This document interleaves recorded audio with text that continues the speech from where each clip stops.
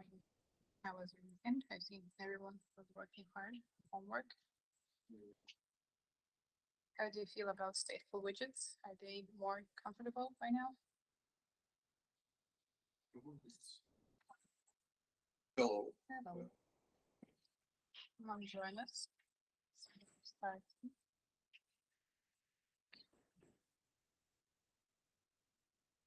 So today we will be learning new topics. Besides new widgets, we will also learn how to work with such patterns as repository pattern and dependency injection pattern. I hope that we will manage to do this to make our apps more interactive and more like real life applications. And tomorrow we will continue by updating this to use a real actual API from network. So exciting times await us.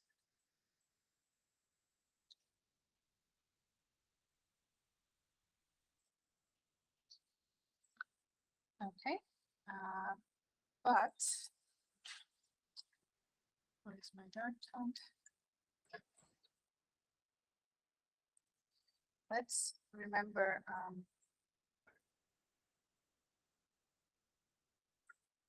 for a second what happens if we have, for example, class food. You don't have to write it now. I'll just show an example.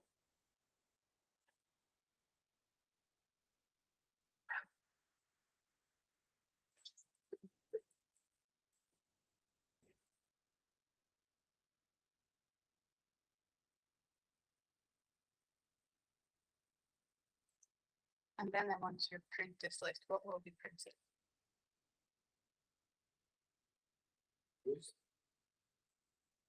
Okay, let's try it. Yes, instance. That was the correct answer. So if by default we create a class in Dart like this, without adding anything specifically related to printing and so on, when we print it, it will be like instance of food. Okay, one more thing that I want to show you is if we have, I don't know,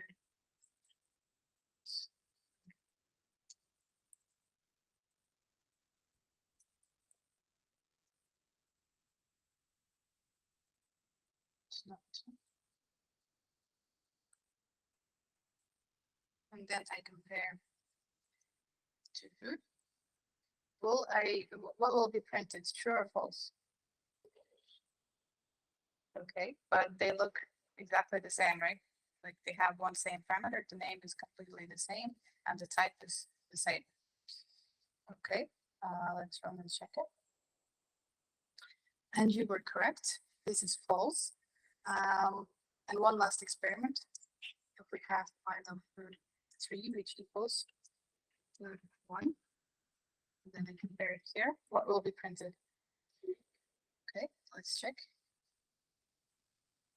And you're also correct. This is true. So let's talk a little about how objects and their quality work in Dart. So by default, every single class in Dart inherits from object. So we never write this explicitly, right? But this is always true. This is how Dart language was created, and this is always true. And every object, let me quickly see if I can open the source code.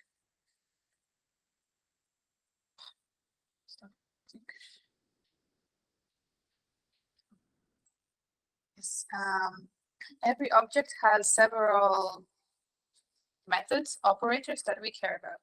First, it is this equals operator, right? The one that we have just compared. Food 1 equals 2 and food 2 equals 3. And the job of this operator is to determine whether the two objects that are being compared are the same. This makes sense, right? Not everyone understands this. But default behavior in Dart for this equality operators is that two objects are the same only, and if only, it points to the same actual piece of memory in the computer. So in this case, because food 3 equals food 1, they are literally like the same object. They have the same memory space. So this is true. But food 2 and food 1 will never equal. Well, okay. In this case, they don't equal, even though they have the same parameters, the same type, and so on, because they are created 2 times. This isn't really how. Okay, I'm moving too fast. Another thing that's related to the instance of food is that every object has a method called toString, and the task of the toString method is to describe this object in a human readable form. And if we don't override this method, what we get is instance of. So 2 things that we care about. First one is toString representation, because if your food object has 20 fields, it will be not convenient to write every time print food name, print food type, and so on. And we want to just print the food and see all of the information. And another thing is the equality operator, because for data objects, when we're working with data object, we want these 2 foods to be the same, right? Because they look the same, they have the same parameters. And if I'm looking for a food with the name 1, I want it to always find food 1, and I don't care about which memory space it points to. And there are several ways to solve this problem in Dart. And we will take a look at it, but first let's create an app so we can work with it. Today we will be working with a new app. It will be exciting because we'll be working a couple of days with it, and we will call it NASA Images. NASA, it's the space company, the American, where they take all of those space pictures and space stuff and so on. So, Flutter, NASA Images.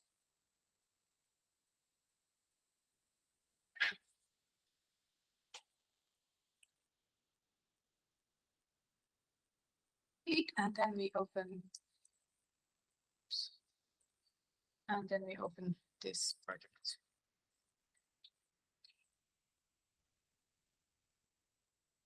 And we can yes, you can push it already. So you can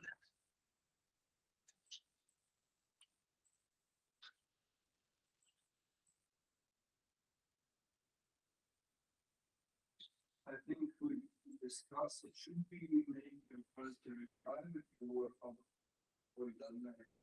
It doesn't really matter. I usually do private, but if you want, you can make the public zero code. You can do whatever you want.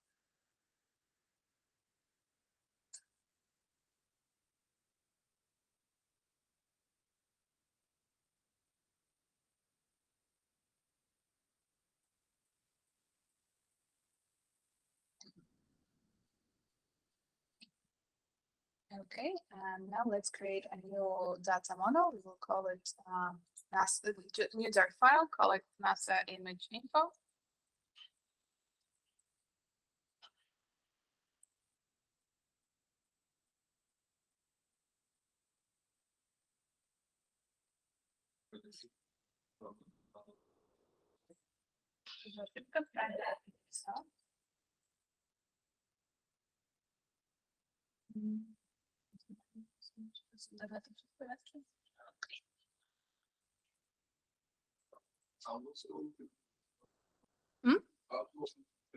If you remember the last lesson, we enabled setting in Android Studio, then you enter the folder on in your terminal and you write studio space dot and press enter.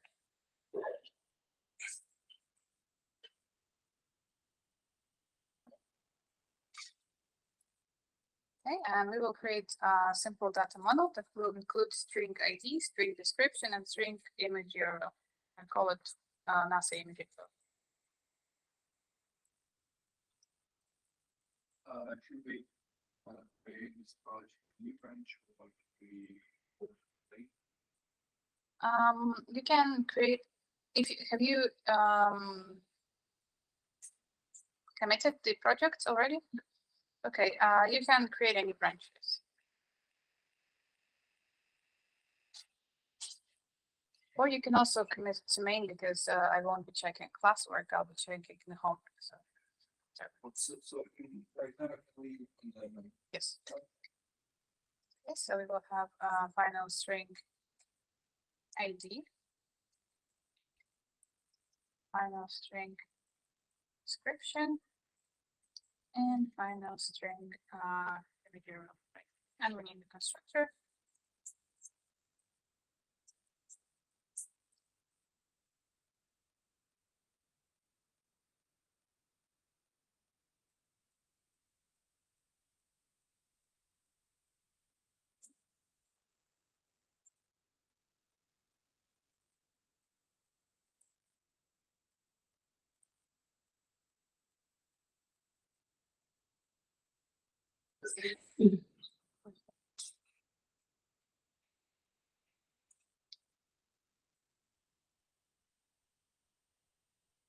Okay, and if you're done in your main Dart file, in your main function, let's create just a list of 3 items of images.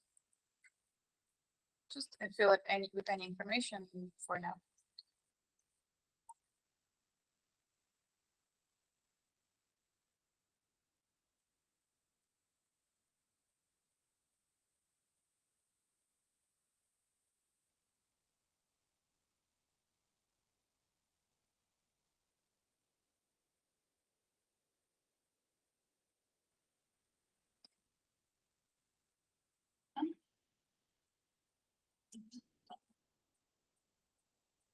That's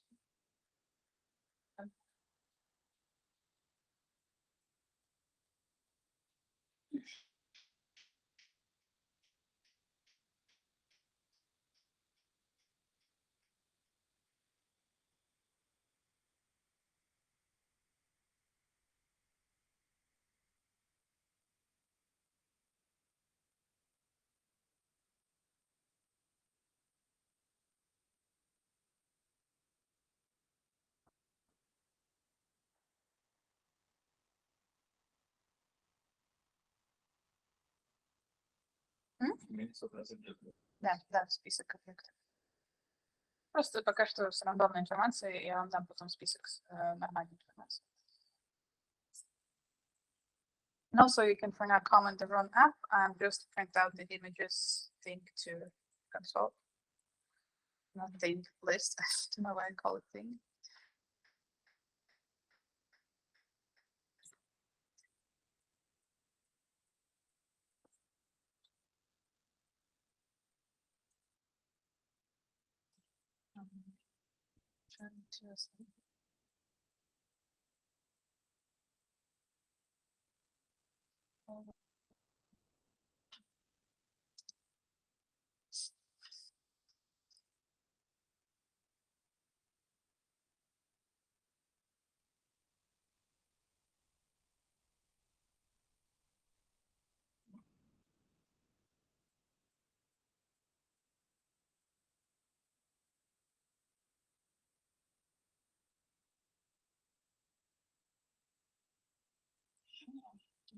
Have issues with my emulator, so a moment. But, have you printed out? You all get instance of NASA image info, instance of NASA image info, and so on, right? Okay, and while my emulator is starting, let me show you a couple of things. First, we will be working with pubspec.yaml today, again, pubspec.yaml. Remember the last time we took a look at it, I told you that this is where you describe all of the libraries that you're going to use in your app. So far, we haven't used libraries, but we will be starting today. And a place where Dart and Flutter libraries are stored is called Dart pub.dev. What was it called? pub.dev. Yes, just pub.dev. And this is a website where you can search for, it says the official package repository for Dart and Flutter apps. This is a place where you can search for libraries for both just Dart programs and also Flutter programs. And here's how it looks like. It has Flutter favorites, and Flutter favorite is a good sign of a library because it means that the Flutter team itself considers this library to be good and quality library, so it's safe to use it. Then there's also most popular packages. This just says that this package has been used a lot, which is often a good factor, but not always the only factor. There were cases when bad libraries were used often, so need to be mindful of this. And some more like packages that they promote. Also, in YouTube, they have a channel, not channel, but a playlist where they feature the package of the week, and they tell you all about what this. It's usually a Flutter favorite, but not always. And they tell you what this package does, how it can be useful for your app, and so on. And in Flutter and Dart, library and package is the same thing. So if you hear me saying library or package, it means the same thing. Okay. And we want a library called Equatable. And you can search for it and you will see all of the results. You can filter by platform which this library support, by specific SDKs, Dart and Flutter, license, and yeah, some advanced stuff. So we need, of course, the first one. And here's how to analyze a library. You have a couple of things to take a look at. First, for us, it is important that here at the top, it says Dart 3 compatible. It used to be Dart 2 compatible, now it's Dart 3 compatible, because if this library hasn't been updated in a long time and it is not compatible with Dart 3, we won't be able to use it in our newest Flutter apps. So this is an important thing to watch out for. Next thing is that it has some scores in here, amount of likes, which just tells about how popular this library is. Usually it's a good sign, but it's not the only sign that you need to take a look at. And important thing is pub points. So what is pub points? And I'm telling you all of this because it's important when you use libraries to analyze whether it's a good library or not, because even if it's just a library, you are still making part of your code. So if it's a shitty library, your code will contain shitty code. So it's important to pay attention to how a library looks like, who maintains this library, and so on. Because sometimes it's easy to just plug in all kind of libraries into your app and be done with it. But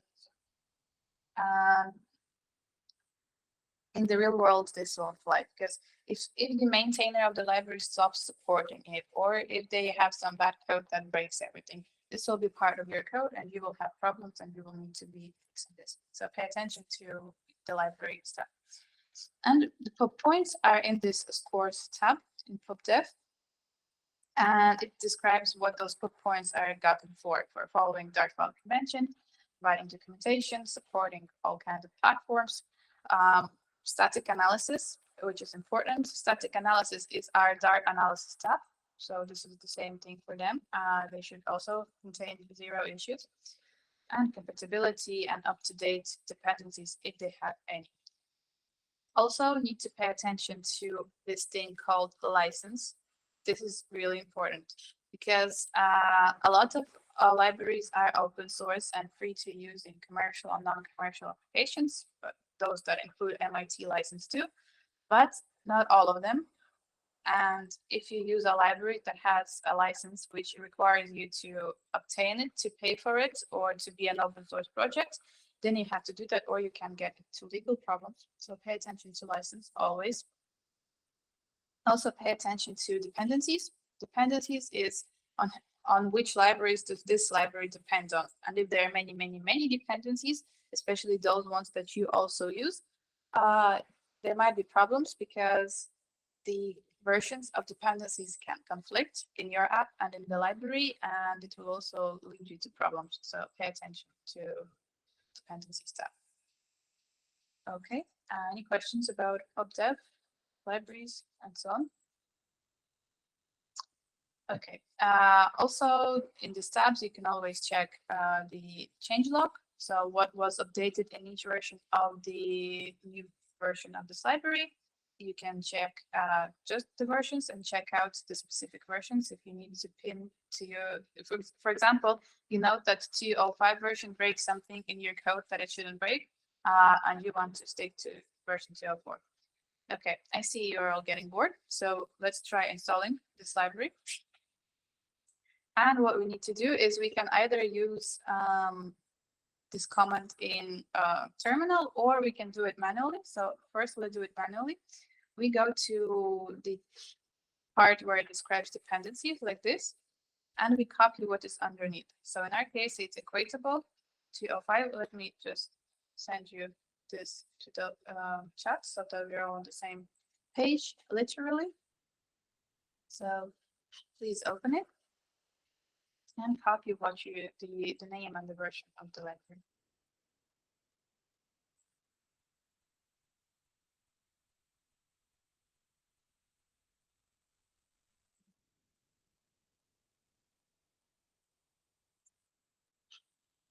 And we go back. Yes.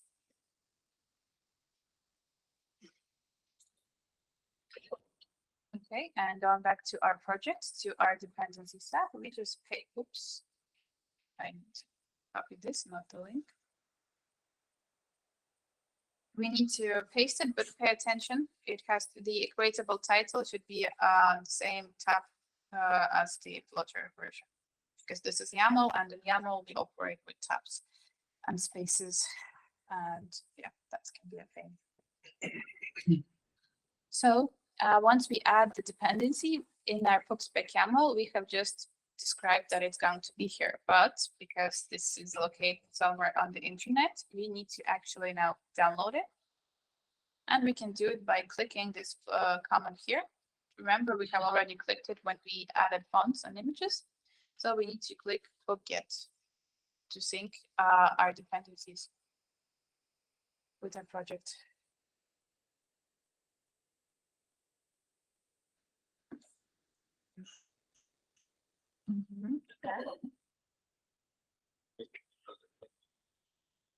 Я сказала, что нам нужно быть на одинаковой строке. Смотри,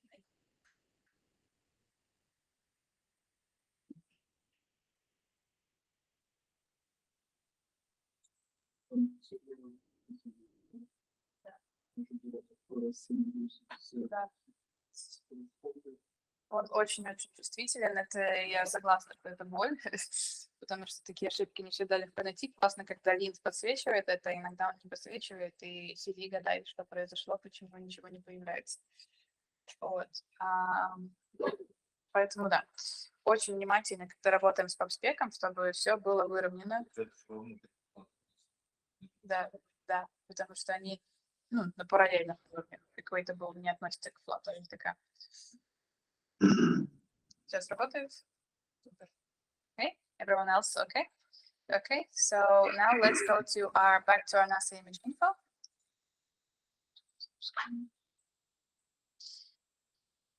Also, as I said, this yellow line can still show up several times, even if you press get dependencies. That's just Android Studio for whatever reason being out of sync.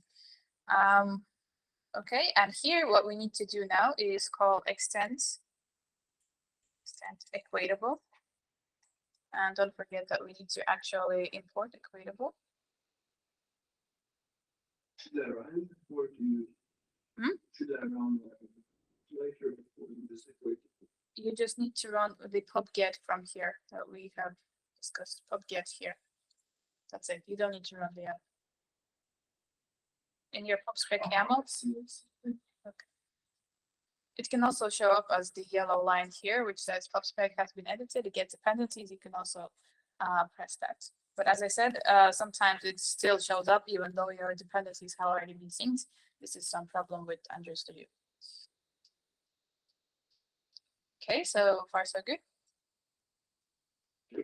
Okay, and now NASA image info is screaming at us that missing can create implementation of Getter Equatable props. And this is what makes the Equatable magic. So as usual, when something is screaming at us that we need to override something, we go to the constructor, we press our option enter, and we select create one missing override.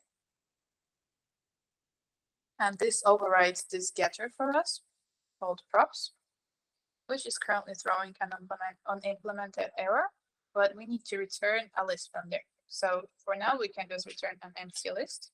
I will explain what this is like this. So props is the short for properties. And in this list, we need to pass all of the properties of our data class that we care about for equality and for strings. So in the list, we can say ID, description, and image URL. And what this library does under the hood, the Equatable class, it's really quite simple. It first of all overrides the equals operator, and it compares the props, not just that the objects are kind of pointing to the same place in memory, but that their properties are the same. So they don't have to be the actually same object. Then it also overrides the string method, which gives us a better string representation of our data class. And now, if you rerun your main Dart,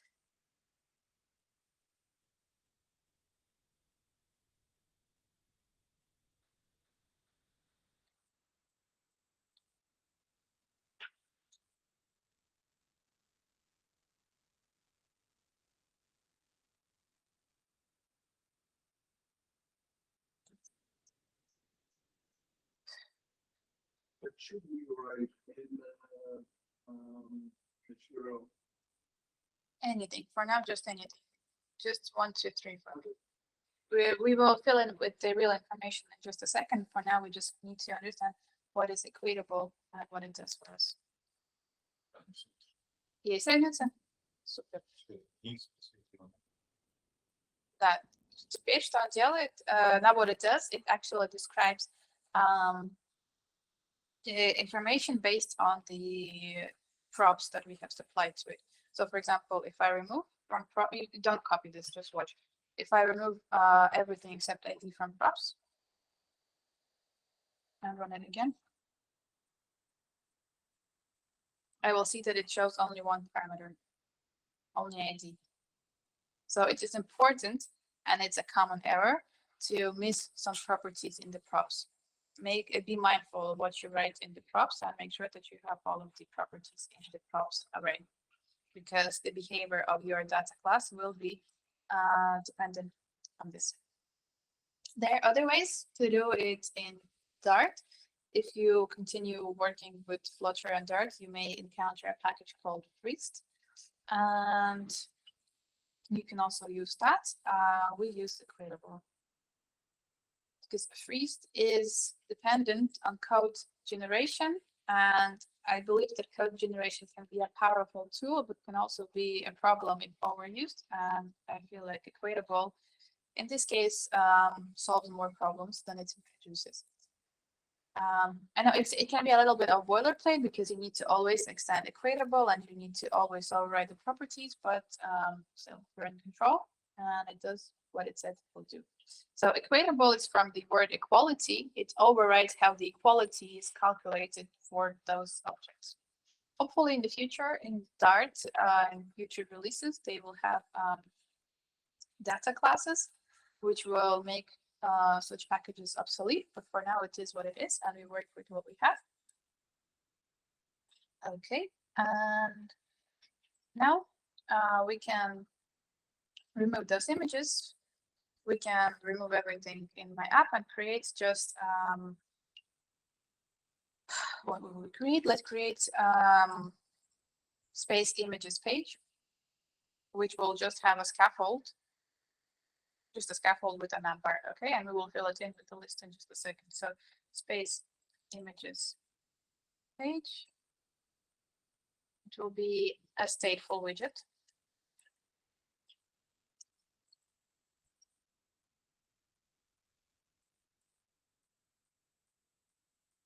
And it will have a scaffold, or it can be just container and a number.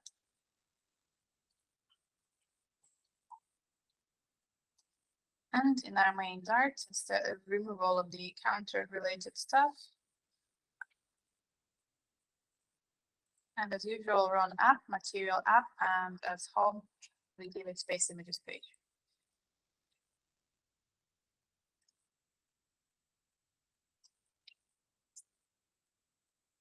Also, I have sent you an article. Please pay attention. In Flutter, in order to format our widget trees in the most best way, we need to add trailing commas. It is called trailing comma because it does not split parameter and between other parameter. It's trailing after all of the parameters. So after the constructor of each widget, for example, in this case, space images page, we put a comma, and after material app, we put a comma, and then we format it.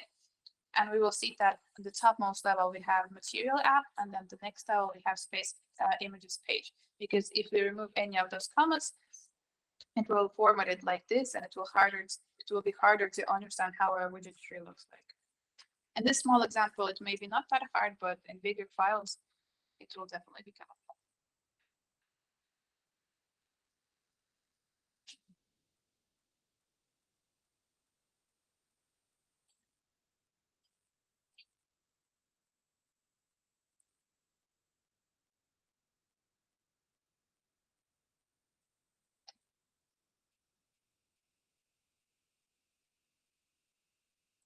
Okay, Studio is freezed for whatever reason, does not work. Monday is hard for it.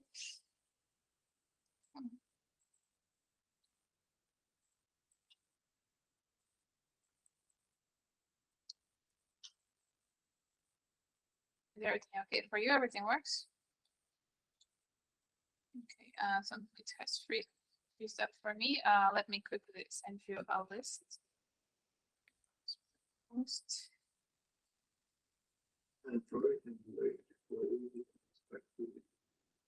And this can happen, just restart it.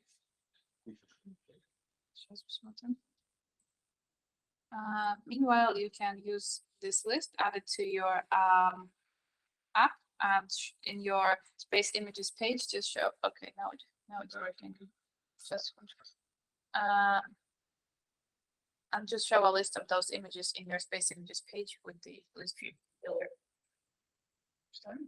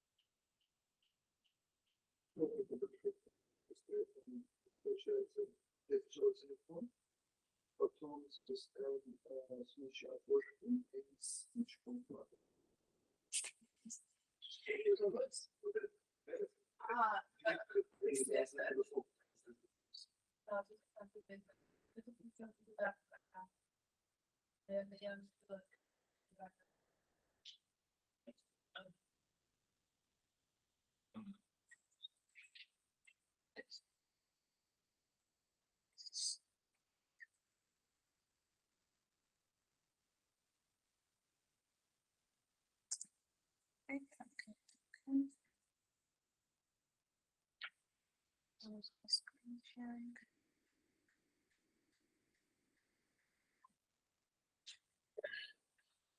Okay, so for now, if we create, for example, a new file as images like this, and then we just paste the array that I have sent you in the Slack channel. Oh, okay, sorry. In our NASA image info, let's rename the image URL to just URL, so that the same array can be left without modifications.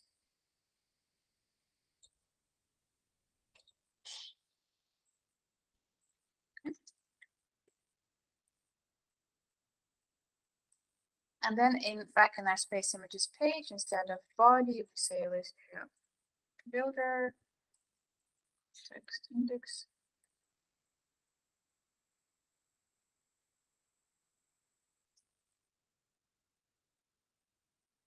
Say find out item from NASA images by index. And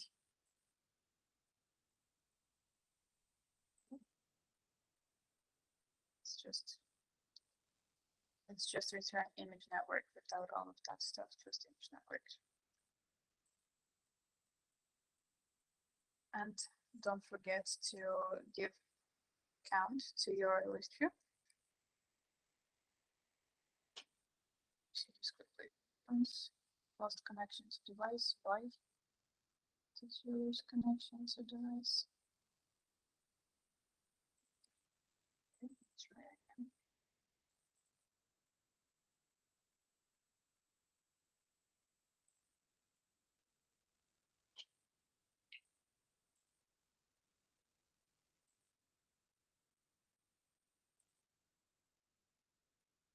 Okay, now it works. So when you're done with the list tree, you should see something like this, a scrollable list of images.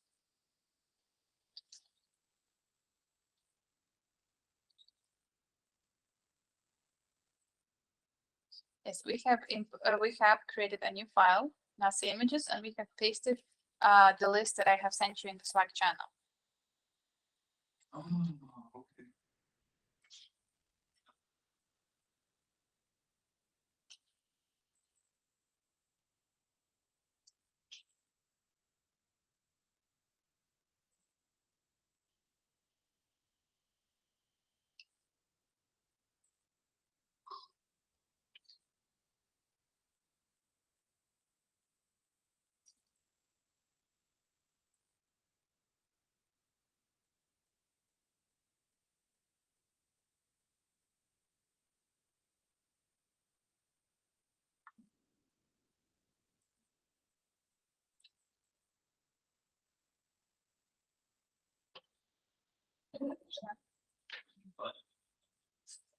That's the image info.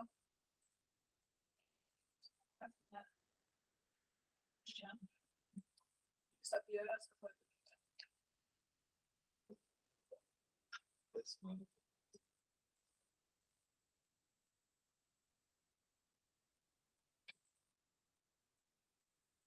That's okay. Yeah. Yeah, sure.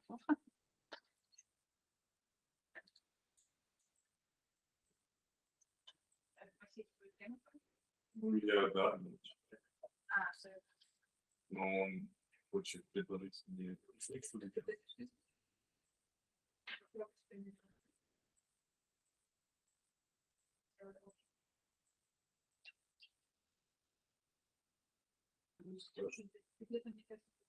Я Амш. Амш. Вот это комиссия.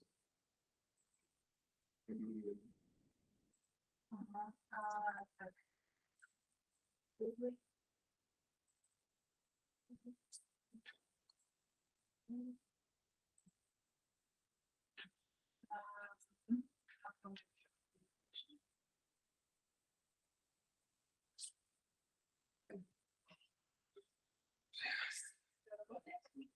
Нет? Здесь Да. а здесь а он уже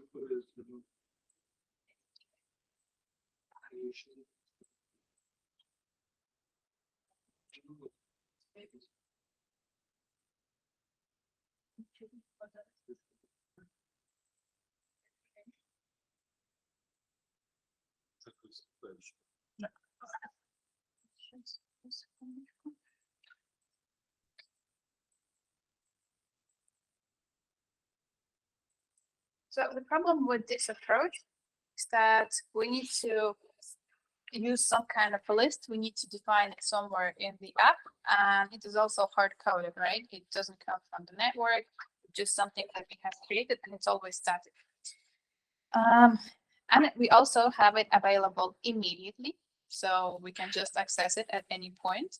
But in real life, this usually isn't the case, right? So the case is that we go to the network, we ask the network, okay, give me images, goes to the network, we wait for some time, and we can also get an error, for example, if such images don't exist or the network just disappeared or for any other case. And we also probably would want to show some kind of a progress while we wait. So this is the regular situation in programming user interfaces. So for this, we have a pattern and tools, and this pattern is called repository pattern. So, okay, I'm getting a bit ahead of ourselves, but the idea of the repository pattern is that we have one place that is responsible for fetching data, and we just talk to this repository and ask it for data, and it gives us data. Where does it get this data from? It is not the responsibility of UI. The UI does not want to care. It just wants the data from the repository. And for example, today the data comes from a list view, but tomorrow this data will come from the internet. And if we follow this pattern, our UI will never even find out. This is many words. Let's see it in practice, and it will make much more sense. Okay, so let's create a new file. We will call it images repository.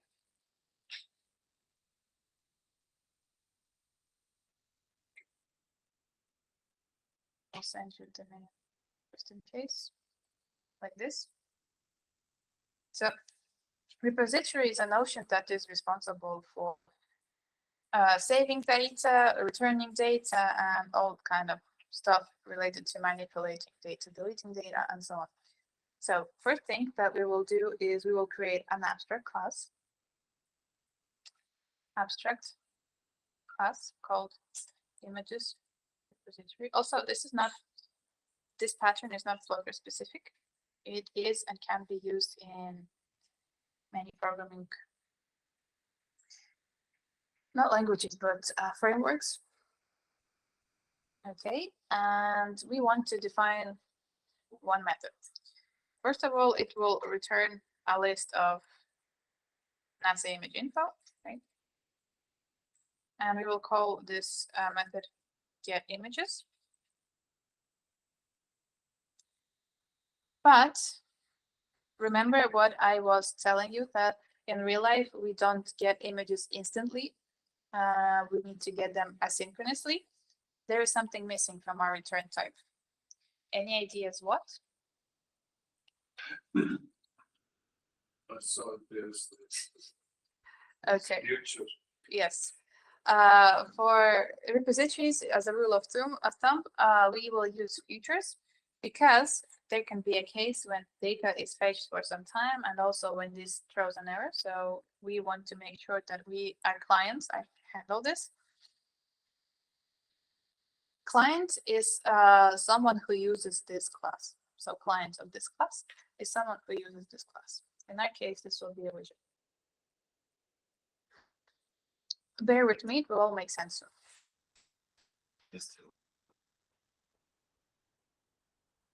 Okay, let's try it this way. First of all, we want future. Future always has something like the type in the diamond brackets, okay? So inside of this diamond brackets, we want a list. And list also wants a type in its diamond brackets. So we open its diamond brackets, and there will be nothing image info. This is how you read it. Okay, you don't need to remember it, you need to understand it, where it's coming from, why there are two. First ones are the type of the future, and the second ones are the type of the list. Okay. And important thing here is that we have created an abstract class, which means that there is no implementation. It just describes the interface, how an images repository implementation would look like. And now we can create all kinds of implementations. For example, we can create network images repository that goes to the network. We can create a local images repository that reads from local memory. We can create in-memory images repository that just fetches, that stores the images just in memory while the application is alive, and so on and so forth. We can also make like Firebase and other tools that store images. So we will create an in-memory repository. And when we talk about in-memory, it means that this is something that is present only while our application stays in memory. Once we kill this application, it doesn't exist anywhere. Okay, this is what called in memory. So you will be hearing this terminology in the future. So something to keep in mind. So we create a new repository. You call it in memory images repository. I will write it to you in chat.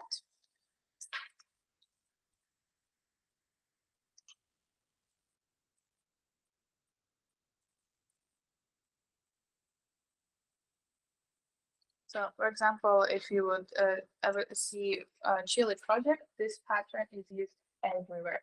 And this helps developers understand where to put code related to fetching data.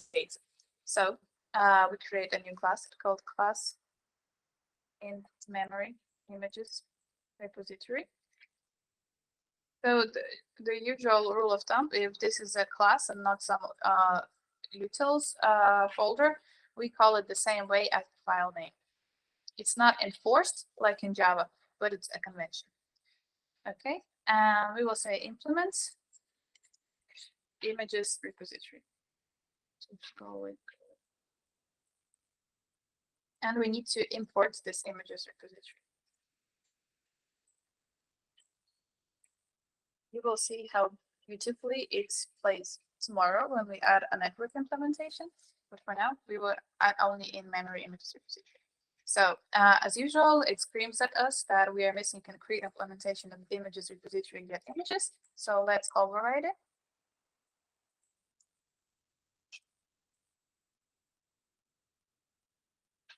And also our NASA images list, let's move it from just the file to inside of the repository and create it, just completely delete that file and move our list inside inside the repository like this. We'll just have, yeah, I'll put it at the end because it's easier to work with code this way, but ideally it should be at the top. Okay.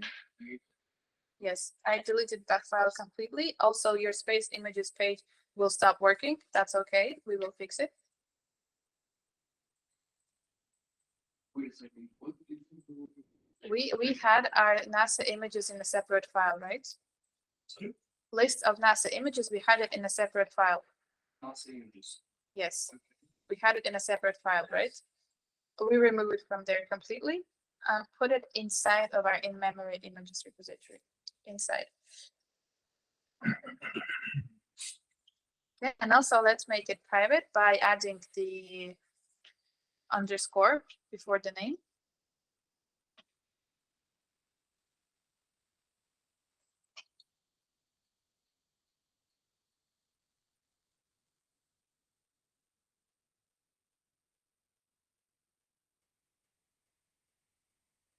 Okay. Is everyone okay so far? Domowy constant po prostu B, on normalnie jest. Кажись, у нас image info. Yes. Да, перед конструктором тоже слово const. Перед конструктором тоже пишите. Это формативный факт. Поставь после email.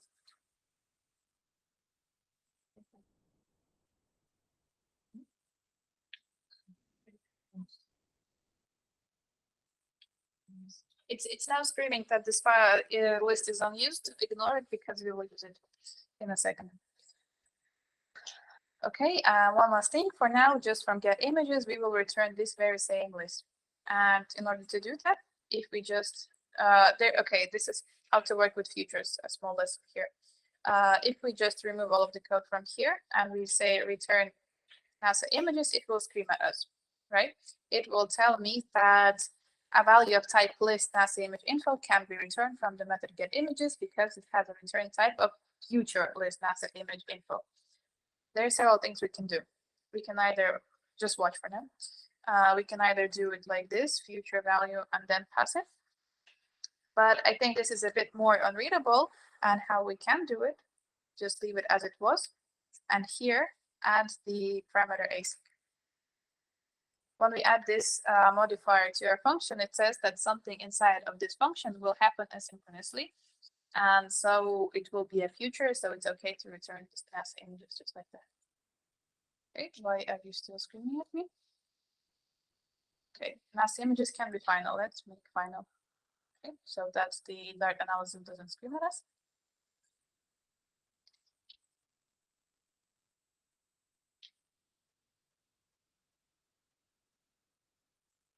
Okay, now we need to somehow connect this images repository to our space images page. Right? First of all, for the first iteration, we will just create an instance of it. Just create it. So we go back to our space images page. Inside of space images page state, we create a new field called final images repository. And we will say in memory images repository like this. Just create an instance of this class. Which one? In memory images repository. Yes.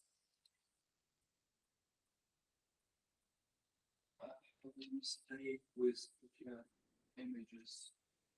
What does it say?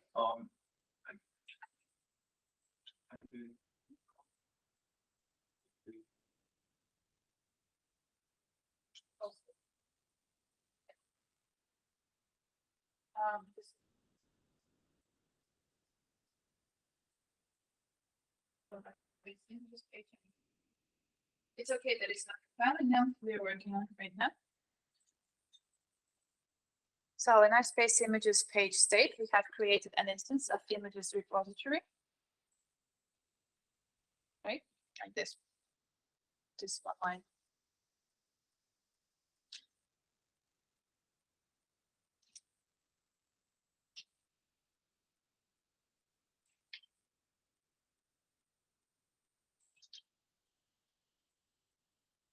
Anyone needs help with this or all okay? Creating the final images repository field. Nikita? It's okay?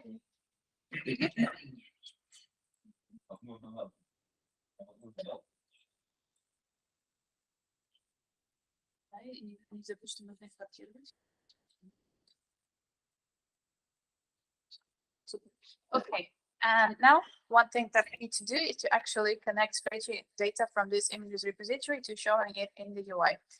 And for this, we will learn a new widget, which is called Future Builder. So Future Builder is a special widget that builds its UI based on the future that we pass it. So we go to our list view. We do wrap with widget, you know, the usual one, show context actions, wrap with widget. And then here we say Future Builder. So it literally does what the name says. But now it's screaming that the names parameter builder is required, but there is no corresponding argument. Okay, so for now, let's comment the child. Okay, oops. Where's my, just comment the whole child thing. And give it a parameter called builder. And if we take a look at the signature, builder is a function that has two parameters, build context and async snapshot. And we will talk about it right now. So we can give it the same way we give list view builder, item builder, the same way we give future builder, just builder. And in parameters, we will call them context and snapshot and curly braces.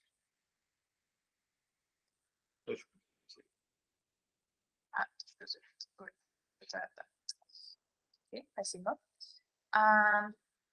So far, so good. Okay, now leave it empty for a second. And we have another parameter in future builder that is important for us, which is called basically the future, just future. And in here, it expects a parameter of type future and of object, a future event object. So what we will pass here is images repository, get images because it's a future.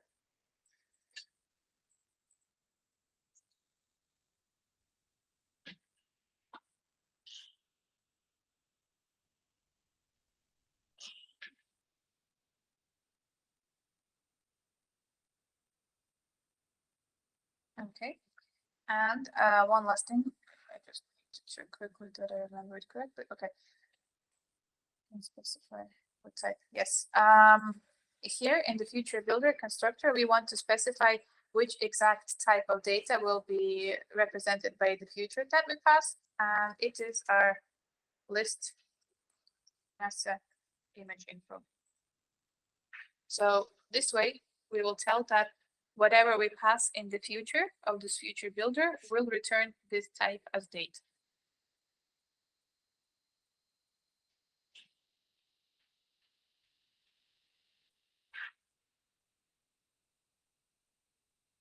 Okay. And the interesting thing here, back in our builder method, is the snapshot. Snapshot is a special type of class called async snapshot. And in this case, it will have type of list as image info. And it has several fields. Don't right now, just watch. So snapshot dot, and then I can see that we have error, data, connection state, and some other things that we don't care about. Things that we care about. First one is error, in case an error occurred. The second one is data, and we can see that its type is list NASA image info, the one that we have passed it, and also that it is nullable type. We see the question mark at the end, meaning that it can be null. And the next thing, also important for us, is called connection state. And if we open connection state, we will see that it has several, it's an enum. Remember, enums? So connection state is also an enum, and it has several values. None, so nothing is happening. Waiting means that the future is happening, but it has not yet finished. I think. Active. Yes, active won't be relevant for futures. It's relevant for streams. We will be working with this for now. And done, meaning that there was a future and it has returned a result. Okay, and we can manipulate with those fields in order to understand what to show in the UI. So for now, we want to get hold of our images, right? So we can say final images equals snapshot data.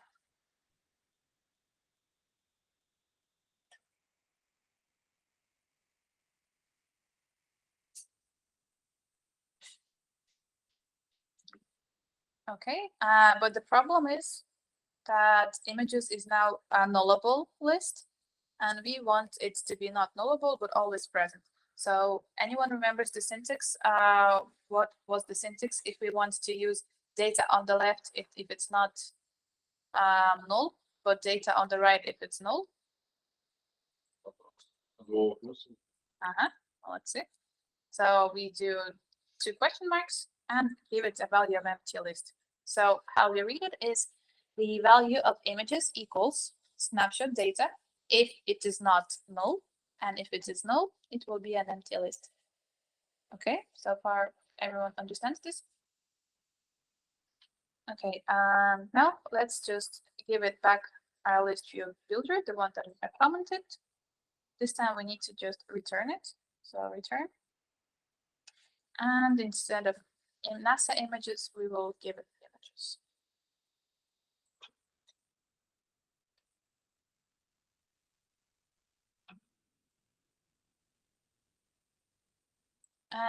This is supposed to be hard because this is a bit next level. We are moving on slowly but steadily.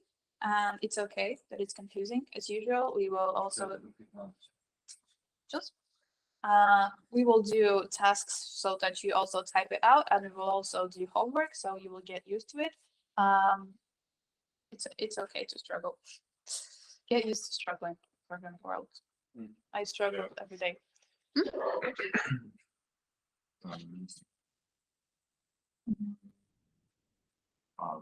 Покажи, он тебе показывает файл. Видишь, синенький ты можешь нажать. Так, тут что-то ему не нравится. Ладно. Окей, а следующий image info. Можешь вот это открыть файлик? Окей, странно. Можно скроллить весь error до самого конца? Там точно такая, типа для карты. Стой, это точно свежая ошибка? Может, старая? Попробуй запустить заново. А, ты перезапустил это? Ну еще раз. Ну, я сейчас запустил. Посмотрим, он просто не подчеркивает нигде. Открой мне вкладку Dart Analysis. Сейчас. У меня вроде все нормально. Ну, это виджет, это вообще можно удалить. Все нормально. Все нормально, супер. Или уже 2 раза. Что-то там, наверное, закэшилось, что мне понравилось. Everyone else, all working as usual? Just showing a list of NASA images, right? Okay, now let's add some fun. Going back to our in-memory images repository, let's simulate a network request. Just simulate it by giving it a delay. Remember how we did a delay in our Dart exercises? So we will say await future delayed and give it, for example, 5 seconds. Back in our in-memory images repository, in our get images method.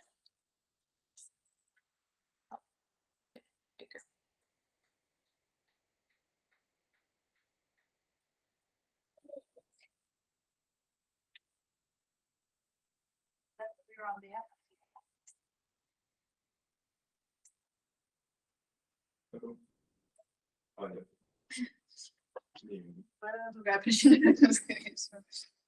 Нет? Нет, ты показал error, потом запустил.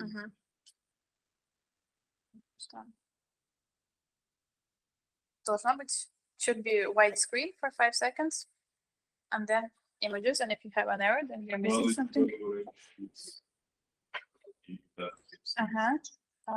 Покажи мне свой Space Images page. Space Images page. Так. Marshal data. Да. Ты забыл list view дать параметр, сколько у него будет items.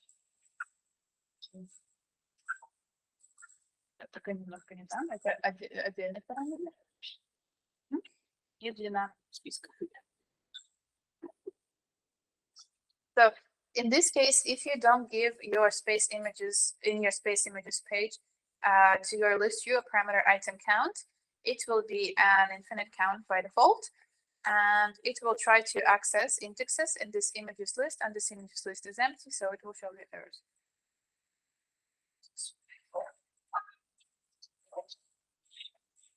Okay, so probably if you are a user and for 5 seconds before seeing the list of images, you see a white screen, you won't be happy, right? You will think that the app is freezing and something is not working. So we need to give a cue to the user that something is going on. That's all fine, just wait for a second. For that, in our future builder method, we can check if the snapshot is currently loading. So we can say if snapshot connection state equals connection state waiting. We can show it a new widget for you. We can show a circular progress indicator in the center of the screen.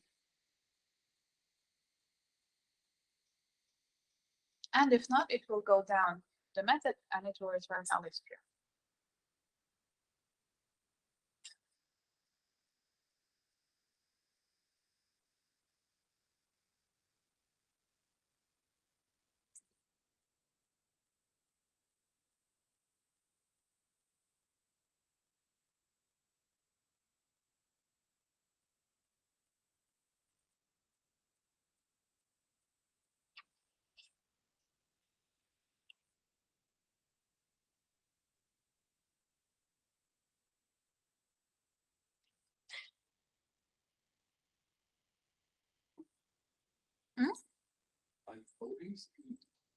Yes, a circular progress indicator is just this little circle thingy that animates going round and around. Okay, working for you? 5 seconds and Yeah. then years. Yes. Okay, so this adds some like dynamicity. I don't know if it's a word. I invent words in English when I don't know them, so sorry if something doesn't make sense. So it makes your apps more dynamic and more user-friendly, because this way user sees that, okay, something's loading, I can wait, because if I just look at the white screen for 5 seconds, I assume then the app has freeze and I'll just close it and not use it. So it's really, really, really good practice to always make sure that whatever is happening on the screen, the user understands. Okay, so this is important. Sometimes this is why I always fight with the designers, because they give me Figma designs. They have all this beautiful list views and images and so on. Everything's perfect. And then I tell you, okay, but I need 5 seconds for this data to come from the internet. What do I show the user? And so then they have to show, draw the progress states, what's going on, and so on. And we need to implement this. So always, always, always, as a rule of thumb, as always, formatting code, remember, user should know what's going on.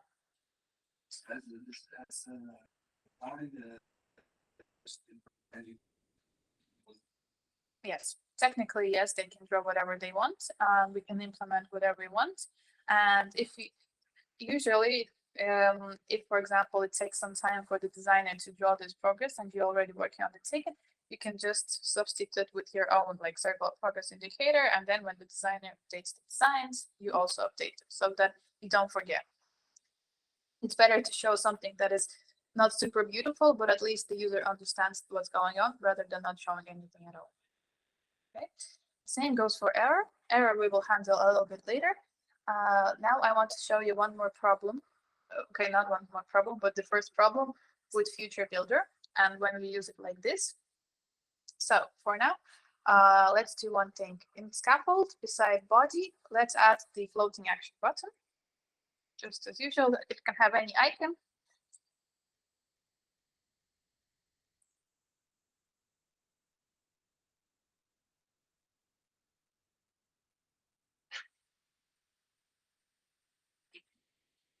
And in the unpressed, we will just call set state.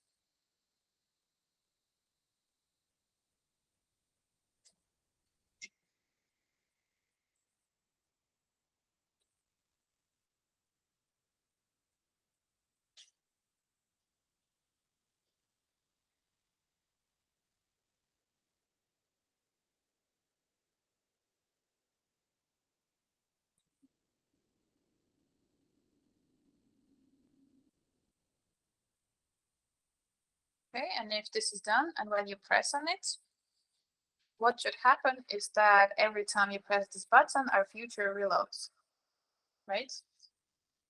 And this is a problem. This is a problem because see that in set state, we didn't change any variables. Nothing has happened like in terms of actually changing the UI. But the RUI still rebuilds every time. And the problem in here is that set state and in general, the build method can be called up to 120 times per second, for example, if an animation is ticking. So just to refresh the screen.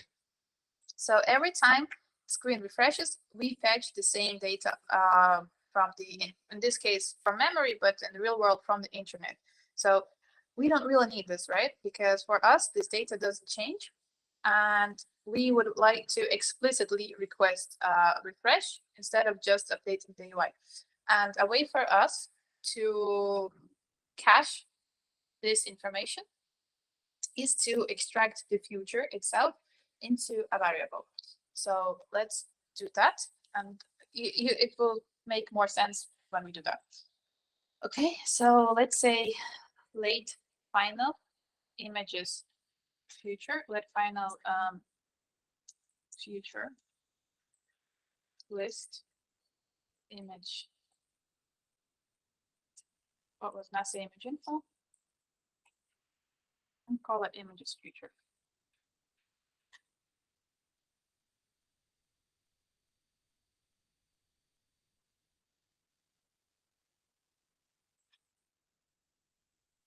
Okay, we have just added one line. We have created an instance called images future, and its type is future, list NASA image info, and it is a late final.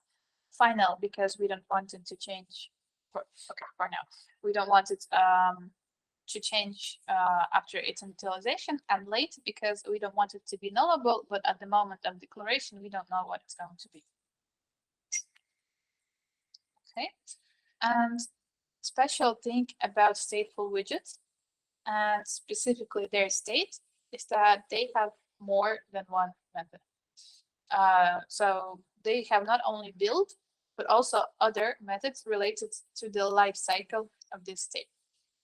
So when we create for the first time the space images page, there is a special method called init state, which gets called only one single time for the first time when we create this class. And we can do all kind of initializations there, which we don't want to happen every time that the build method is called. So we can go to our next line. Yes.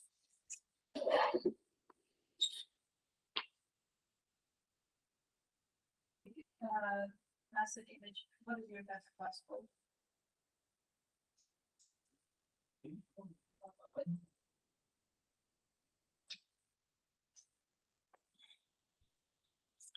No problem. Okay, and if we start typing in it, Android Studio should show you help to write init state. And you should see a method like this. Is this true? Very well. Okay, so this is a special method in which you can do all kinds of initializations. They will happen only once and they will not be repeated.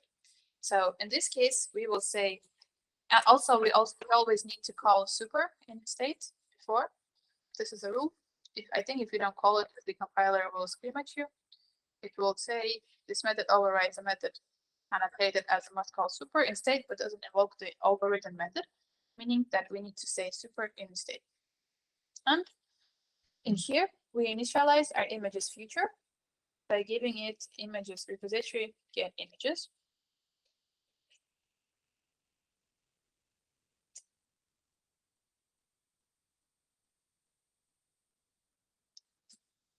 Okay, and now in our future builder, instead of our future, we pass images future. This.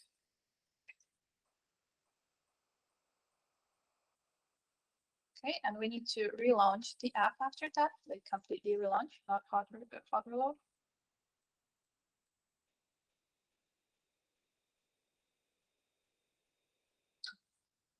And now if we press our floating action button, nothing should be happening.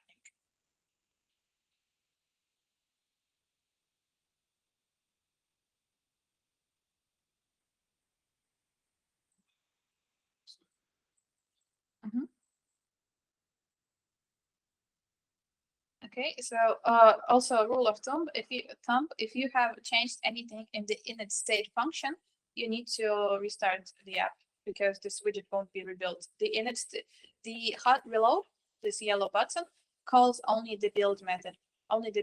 So if there are any changes in the build method, you can safely, almost all the time, call hot reload. But if there are changes in the init state method, you need hot start or full restart, because it is called only once per lifecycle. Okay, and this is a way for us to cache some information instead of just refreshing it all of the time. And now we will create one more page, and which we will indent, in which you will you will do some practice. I completely Monday morning, sorry. I blackout. Okay, now let's create just space image page. We have space images, but now we have single one. Space image page. It can be no, it will also be a stateful widget.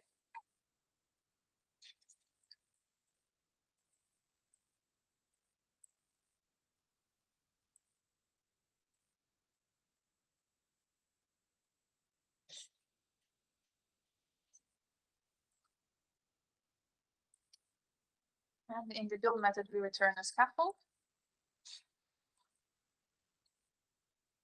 And also give it a navbar.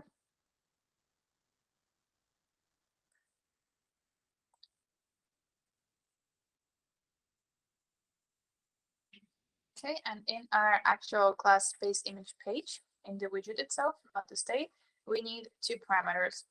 First one, it will be final mass image info, so it will show the information of the page that we have passed it. And also in this case, but we will see how to handle this problem soon, we will give it final images repository. Images, just images. It should be not called in memory images repository, but the abstract version of it, the images repository. Okay, and then in the constructor, we say required this info, required this images repository. I hate this word.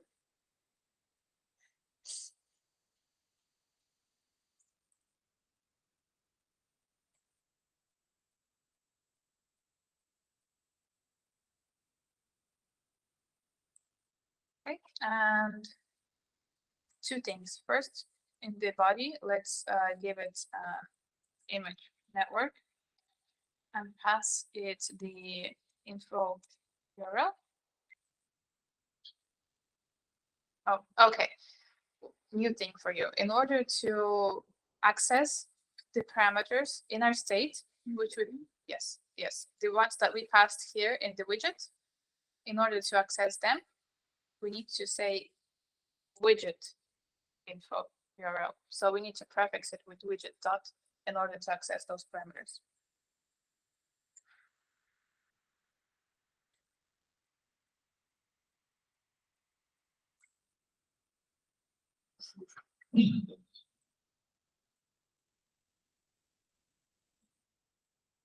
Okay, and if you're done with that, add the floating action button. Нужно помочь что-то? Все окей? Все понятно?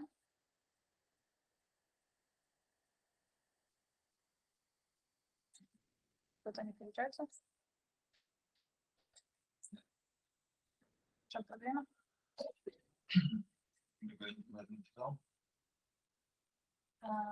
Так, ну все правильно. Что он тебе показывает? Он говорит, что у него есть два финальных поля, но они не инициализированы. Как мы инициализируем? Да. Do required. Okay, and then we also add a floating action button.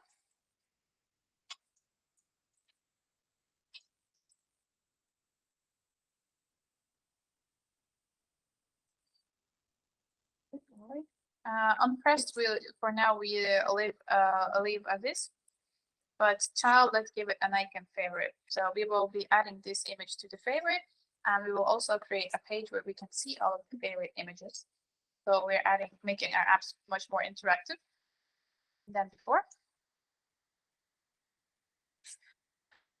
But for that, we need to add two things. First, we need the actual functionality in the images repository in order to be able to add images to favorites. And another thing is we need to find some way to see those favorites, right? Okay, and now we go back to our in-memory images repository.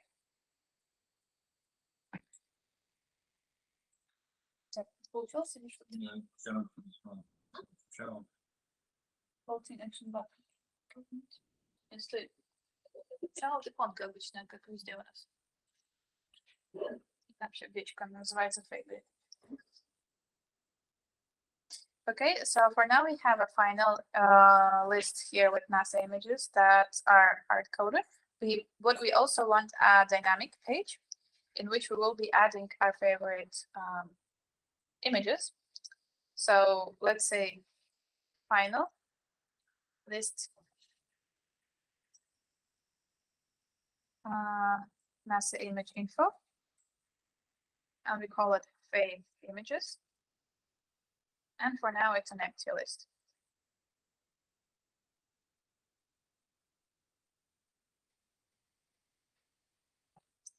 Okay, but I also went ahead. So first, before we actually add the implementation, we need to go back to our images repository, the abstract one, and also add a new method to our interface. It will be also future, but it won't return anything. It will be void because we don't get anything, we add on. So we say add to favorites and pass it at the NASA image info. And we also want to actually get those favorite images. So if we want to get those favorite images, what do we want to return?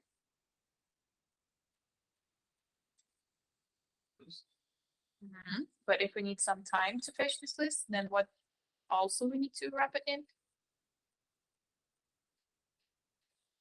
Future. Okay, so I say future list, NASA image info, and get favorites.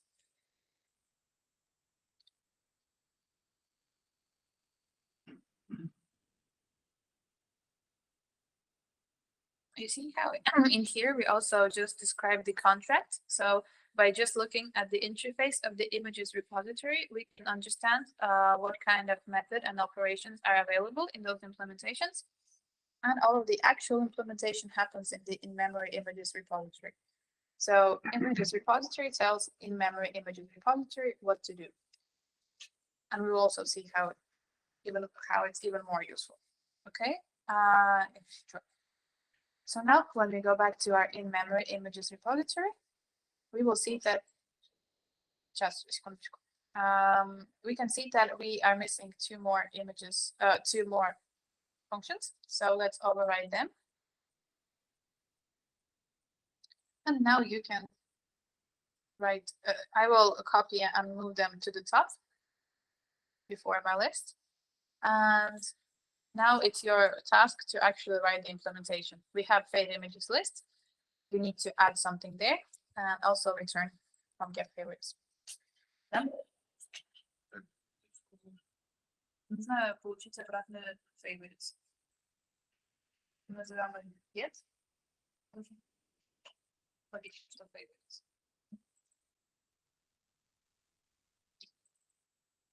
Okay, it's your task. Please add the implementation.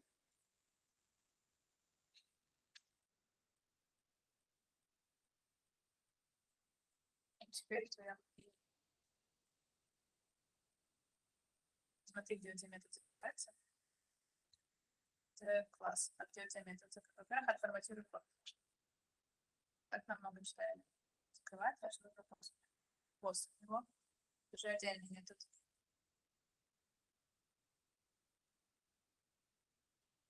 Только не совсем так. Убери. Во-первых, форматируй код. Слишком много пробелов. Во-вторых, нажми сюда. Вот. Есть метод. Но теперь скопируй их и поставь их повыше.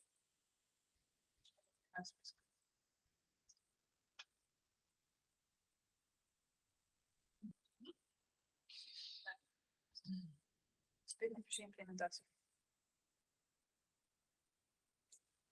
У тебя favorite images список есть, ты напишешь. Да, есть. Не fit, а favorite. Наши любимые картинки. Сюда мы сохраняем картинки. Да. Favorite, pub, сокращенно Okay, did you understand what you need to do? You need to add the implementation so that the add to favorite methods actually adds this info to the list. We have a list of favorite images, and so that the get favorites method returns this list in the same way that we did with get images.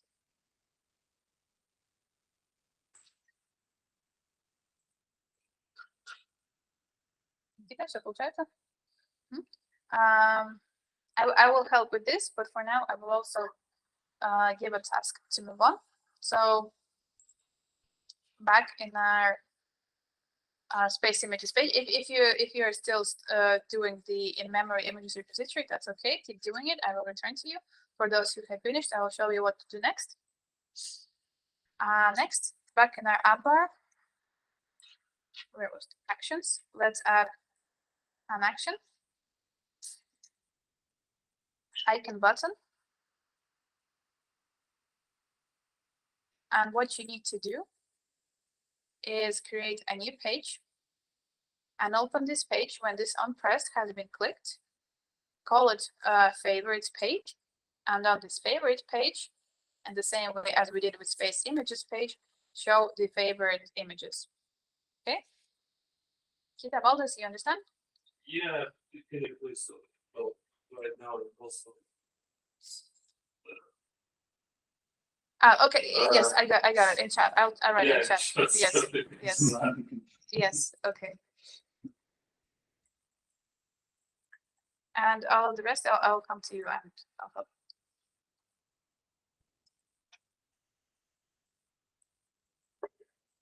But meanwhile, start all of the rest who are not there in memory space images repository. Please try to write the implementation. All of the code is there, just step by step.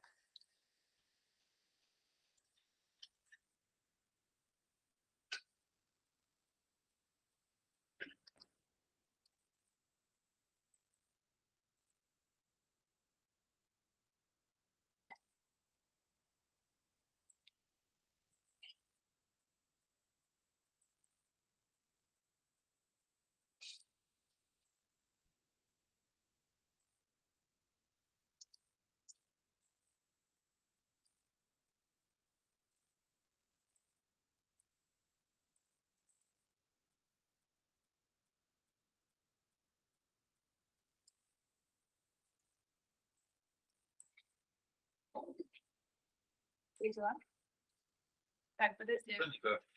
Мы с тобой остановились тут. Пока что UI не делал. Смотри, это favorite, правильно? У тебя вот удали все, что есть внутри метода. Да. У тебя пустой метод. Тебе в параметрах что передали? Да. У тебя тут есть какого типа? У нас есть, правильно? Метод называется добавить фавориты. У нас есть локальный список, называется любимые картинки. Вот нужно в этот список добавить вот это имя. Потом то же самое в следующем методе, где get favorites, копируем этот список, по такому принципу, как мы возвращали просто. Да?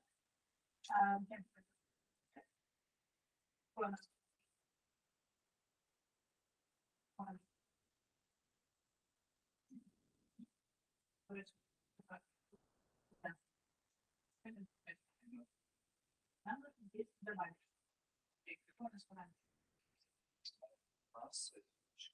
Да. Это пакет, который нам передали. Хорошо, у нас появляется фавориты.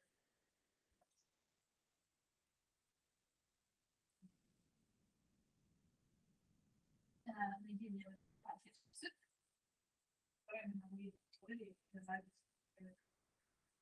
Да.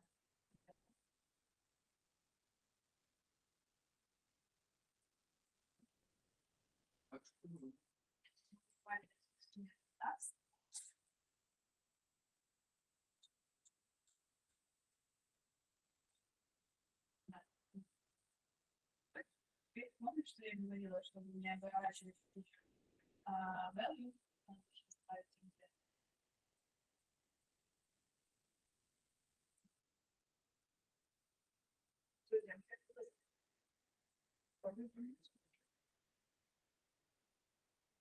Ну,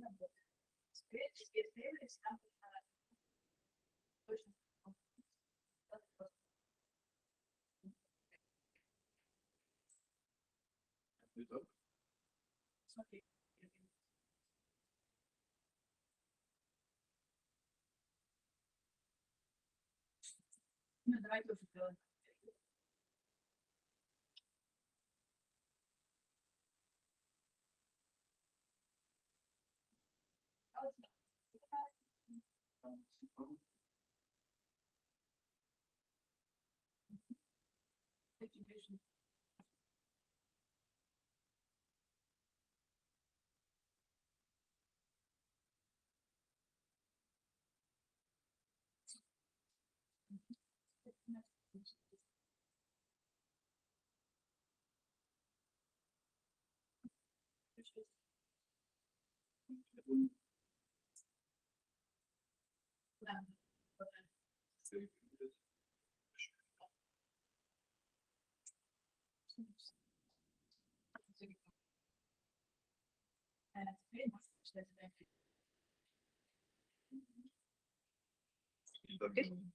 Давай, смотрим.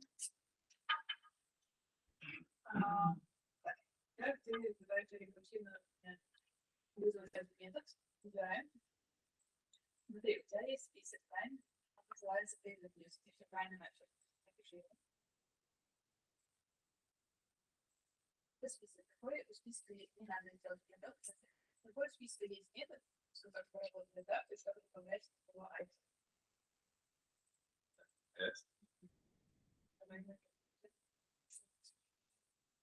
Нет, подожди. Это мы назвали, это мы дали название. Вот это у тебя тип какой? Да, значит, у листа есть метод add. Помнишь, что такое профиль? Вот, да. И нужно писать. Нет, не все, нам нужно только важно.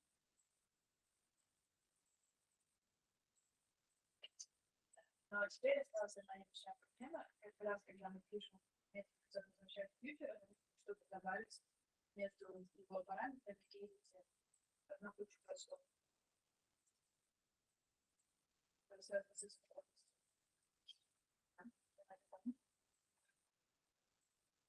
После описания нового названия перед делом. Смотри, у тебя есть пример из перекидывания. Нет, слово нет, это какое слово?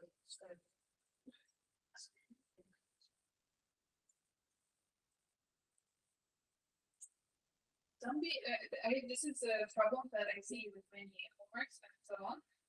Questions don't be afraid of looking at examples that you already have, and don't be afraid of trying. Okay? In previous, теперь нам нужно такому же принципу, как для images, вернуть список, но только не NASA images, а images.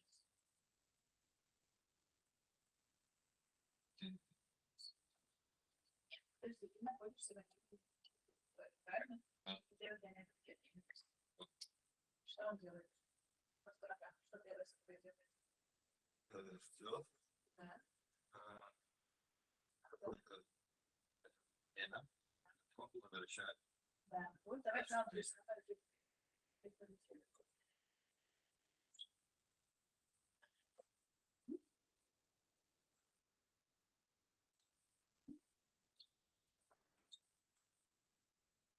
Во-первых, надо несколько вещей. Что мы делали, как ключевое слово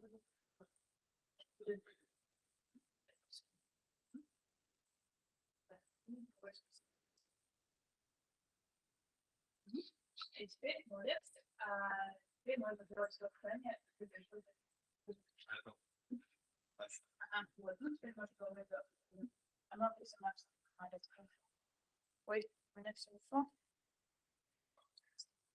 Anyone needs any help who has already started this task? Да. Да, только я эту имплементацию не делала. Это вам нужно сделать. Я только добавила кнопку пока что. Смотрите, как я добавила кнопку.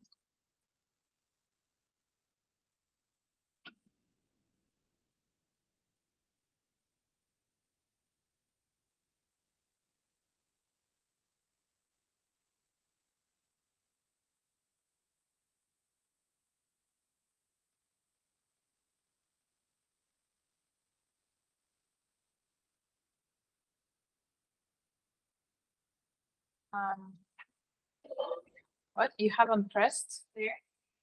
I pub pressed it.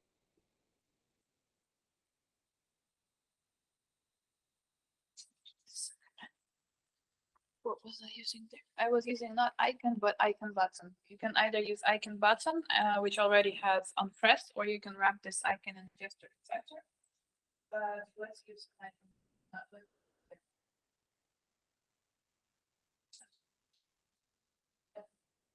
That's this icon.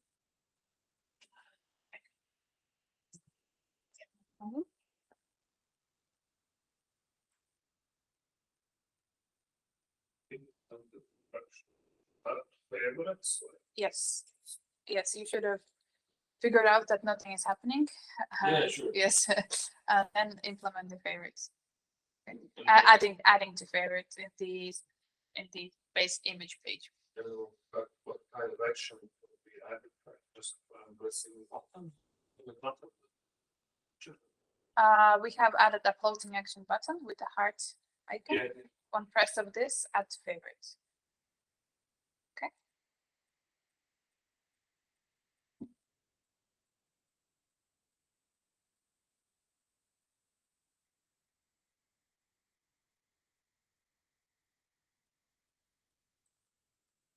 Yeah, can you try?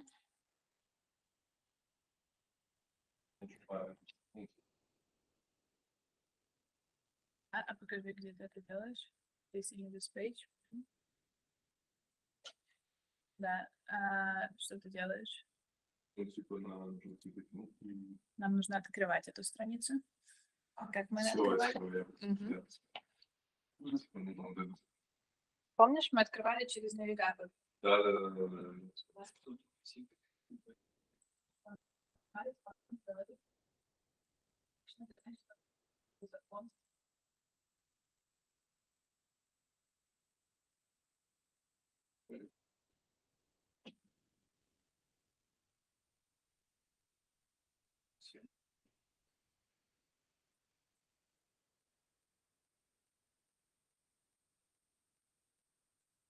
Что ты делаешь? Да. Здесь страница открывать.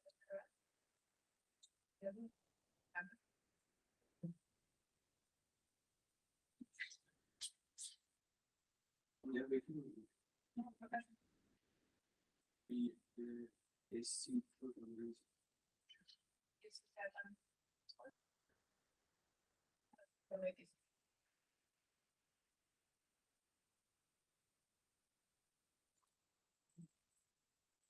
там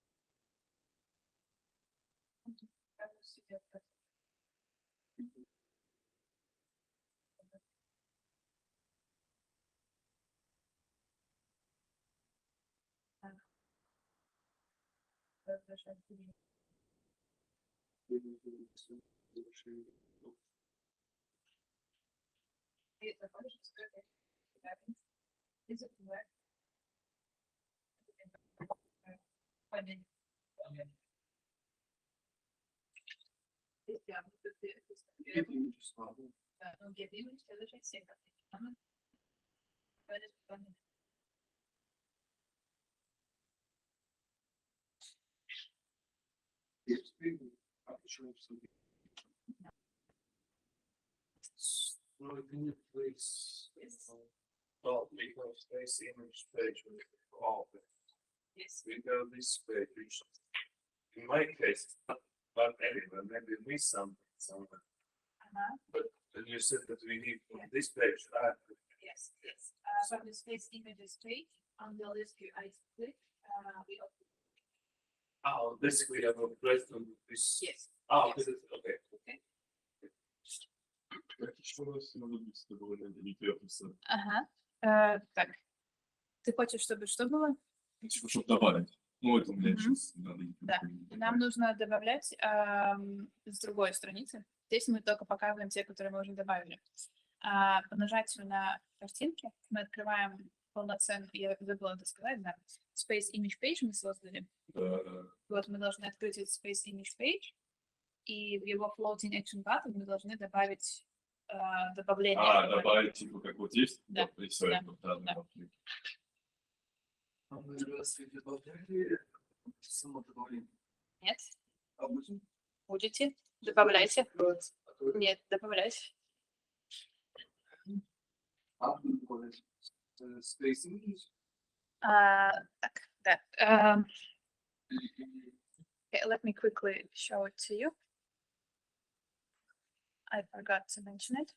I did it in my head and forgot that we didn't do it in the code. So we have space images page here, right? Yeah. And then on the click of the space image, in our space images page, and here in the list view, I would wrap this in a gesture detector, for example. With, for example, gesture detector.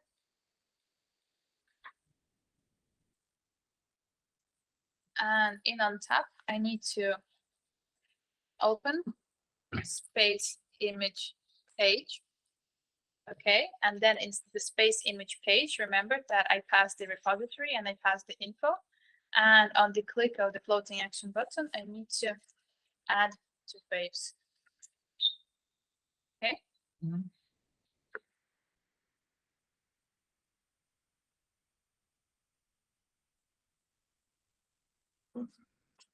We are in space images page, the first one, the list view.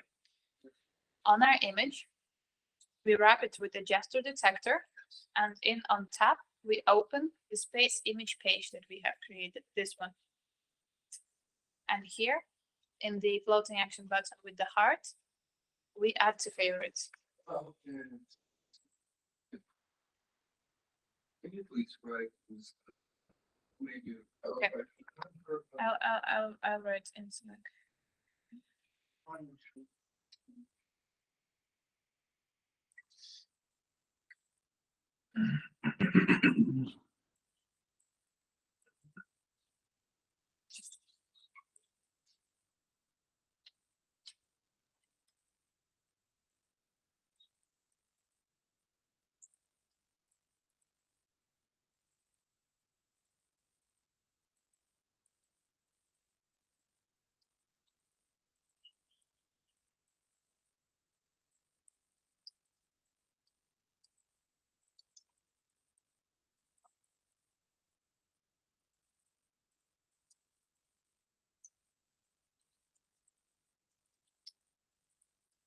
From space images. Yeah, I have page, written in chat. From space images page, where all of the images are, Space image. yes, open one single space image page. Okay, как дела? Не знаю, соблюдаю. Давай, пытайся, нужно с чем-то подсказать. Возможно. С чем?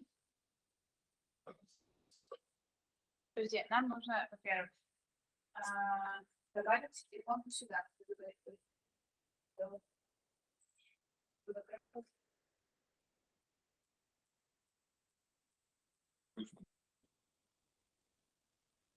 Нам нужно space images вот здесь, добавить, space images.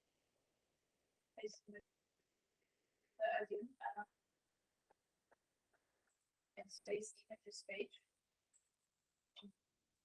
Вот в баре нам нужно добавить иконку. Давай вместе сделаем. Помимо этого, у нас есть такой параметр, я написала в чате, actions называется. После этого.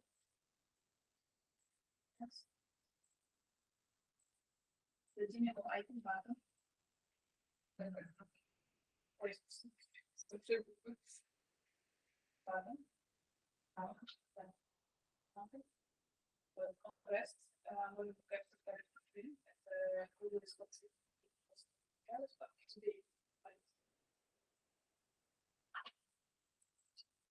Google Scholar. И потом Google Scholar.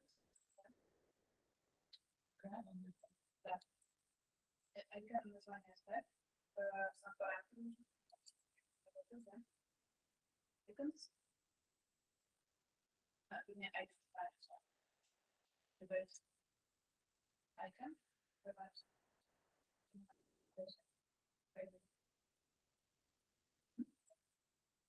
И вот теперь, вот здесь он pressed. Внутри метода. Я не знаю, space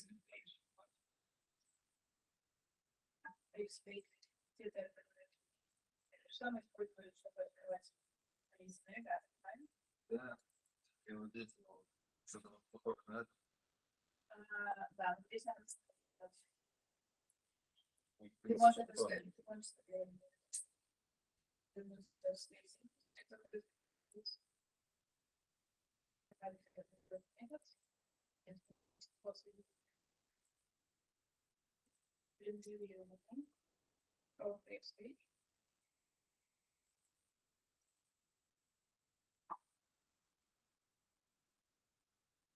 И дай мне результат.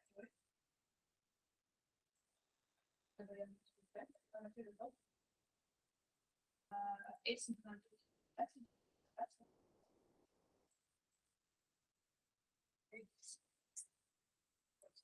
а еще нам не обязательно ожидать результат.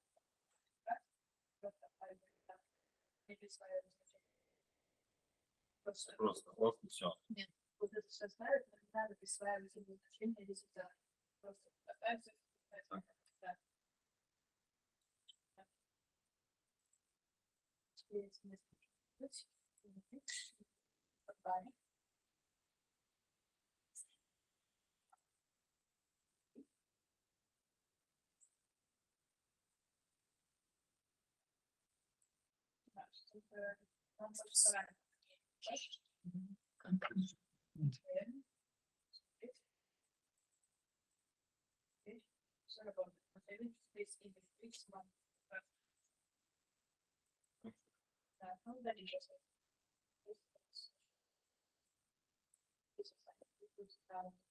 Вот теперь тебе нужно, например, скажите свой face speech. Вот нужно сделать по такому принципу space images page, высветить точно так. Единственное, что нужно заменить, типа там не get images, а get favorites.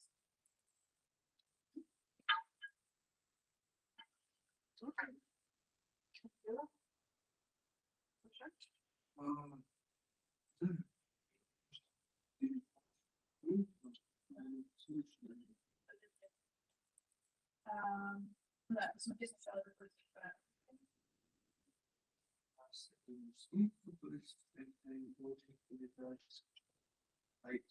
Ага. Он прям виден.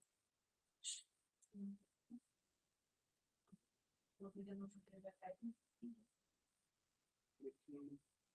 Просто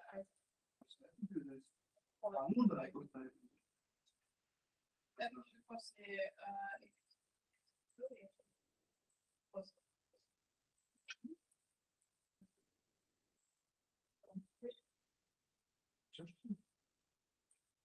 попробуй здесь запускай. Главное начать запускать, чтобы понимать,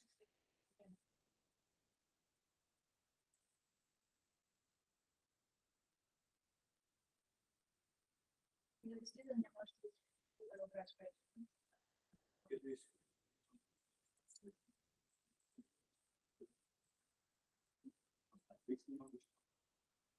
Нет, список. Это у меня stage. Текст я должен называться на альфаре, а тебе нужно открыть на самом деле. Да, я просто сломался.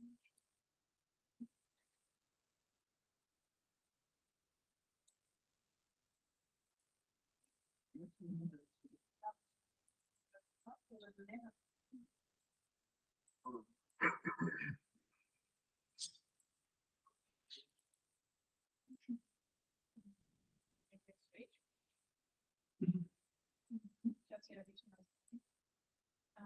Так, ладно. Покажи мне список. Когда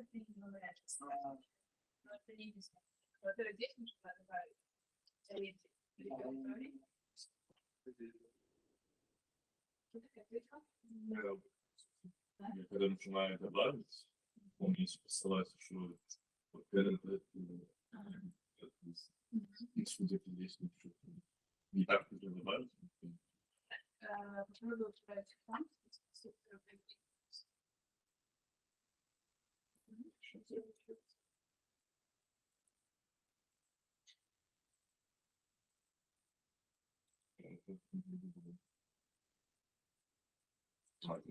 Сейчас не появляется.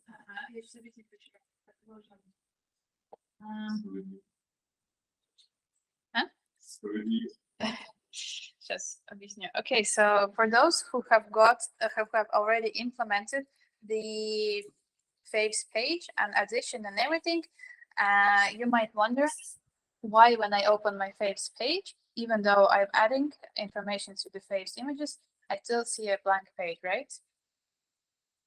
So from what I've seen from your implementations, and let's analyze it together, two differences. First difference is, first thing, in our space images page, now everyone watch, please, for a second, and then you can return to your implementations. How do we create images repository? We create it in space, right? Like just like this. We call the constructor and we create the in images repository, right? Mm-hmm. Okay, remember this for now. In our space image page, do we create images repository anywhere or not? Okay, we don't create it. We pass it as a parameter, right? So we don't have this. Okay, you see the difference. We don't do this. We say that this will be whatever we pass here in the constructor, and the constructor of this is called in the space images page, and we pass it this instance.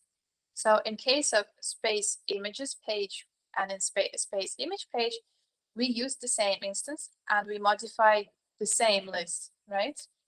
But if in your faves page, you have done the same thing, then when you open the faves page, you create a new instance of this repository and your list of faves images will always be empty.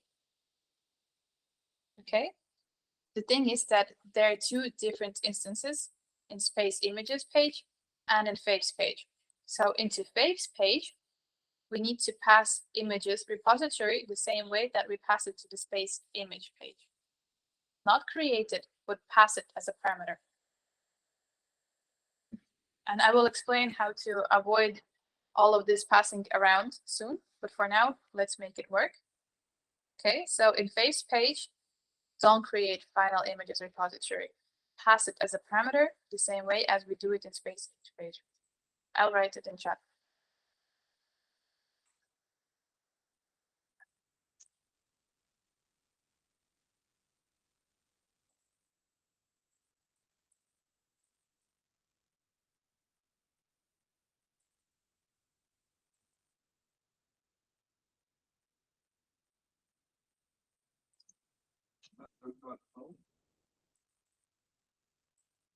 Just a second.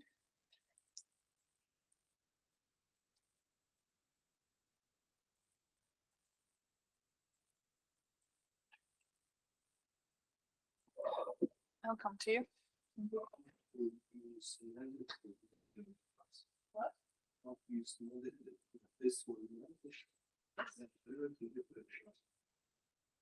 Okay. Open space images page. No space images page. How did we get the future here? Images future.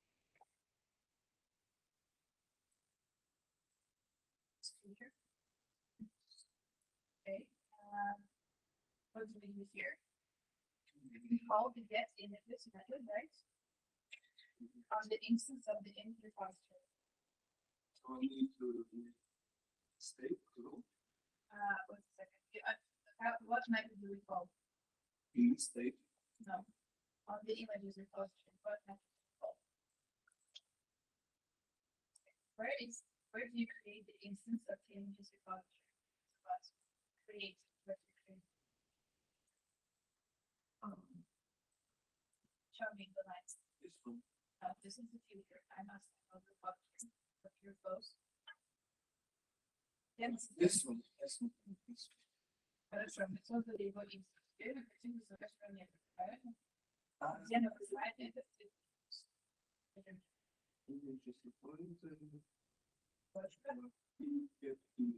Следовательно, если создать логический язык, мы хотим по inject репозитории вызвать метод DartPad. Что нам нужно иметь?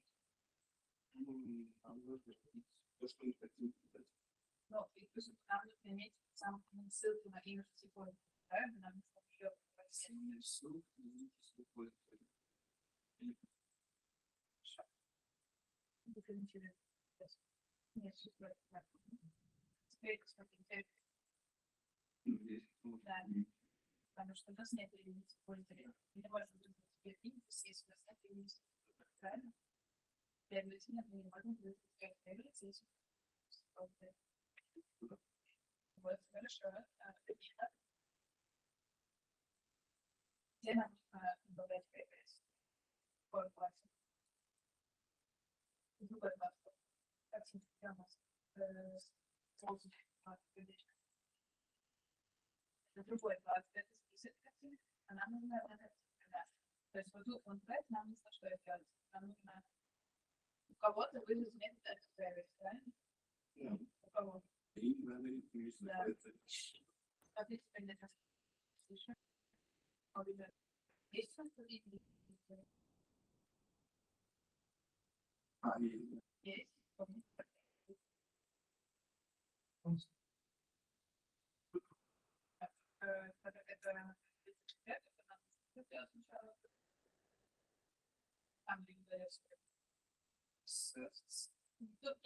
Нет, не говорит например.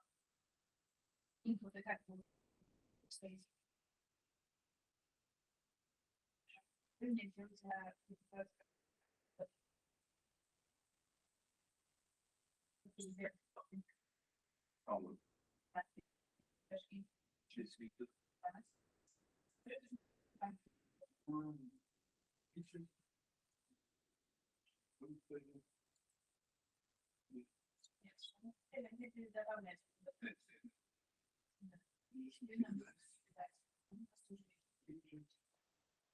Скорее всего. просто весь их. Да. Окей, мы добавили. Теперь у нас есть page. Вот что я тут объясняла. И здесь на строке 13 стоят абсолютно новые инструменты.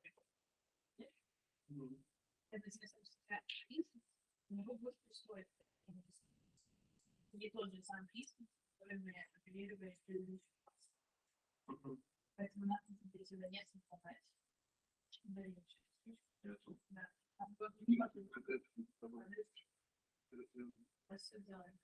Нам нужно в этом классе, нам нужно передавать ответы точно так же, как мы сделали с пейским.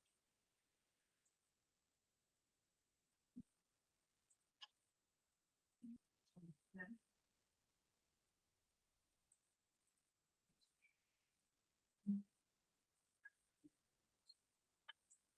Да. Теперь нам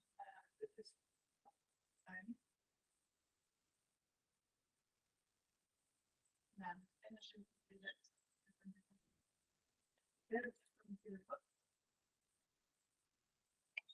а во-вторых, если там создаешь PHP, передать.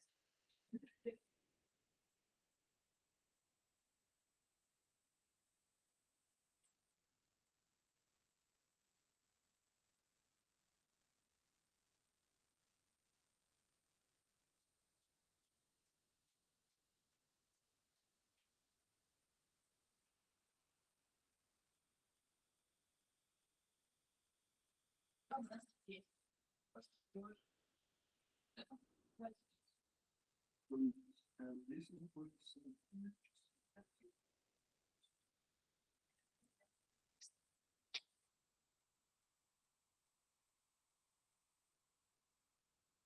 тебе получилось? Мгм. Супер. Игорь, как дела? Плохо. Почему? Да. Все, не может быть. Конкретно. Да. Абсолютно понятно. Хорошо. Как мы сделали Space Industry? Как-то да.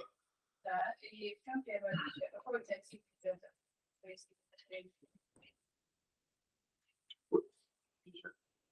Да, Stateful или Stateful? Stateful. Да, а ты Space на любых делаешь? Stateful. То есть первое. Давайте мы с тобой сделаем, чтобы было быстрее. Первый словно Space Industry. Так, что Space. Убери все, что Space. Я помню, как баттон, то есть первым переверну его. Да, тоже убираю. Так, вот здесь вообще весь дальше.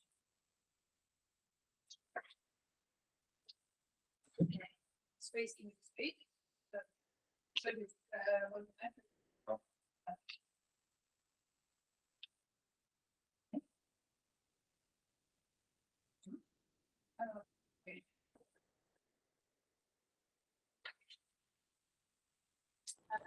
Теперь сейчас идем с тобой сыграем.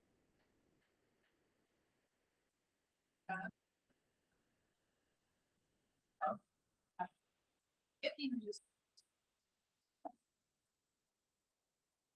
будет победа, помнишь? Сет, нет. Сканировал. Привет.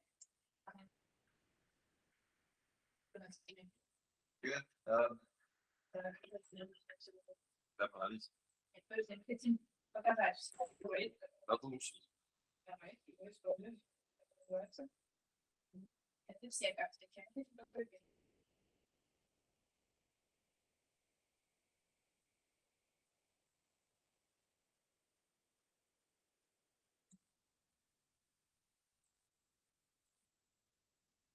Последняя штука. Да, это экран создается каким-нибудь.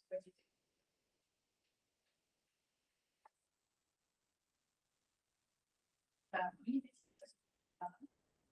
хотим передавать. Space. Смотри, space each page.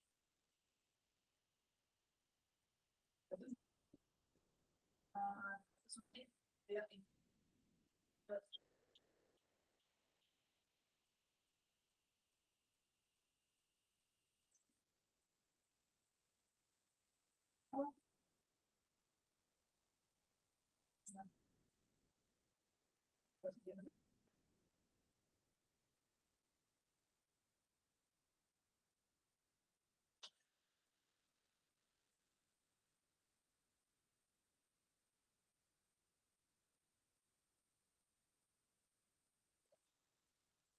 и теперь вместо того, чтобы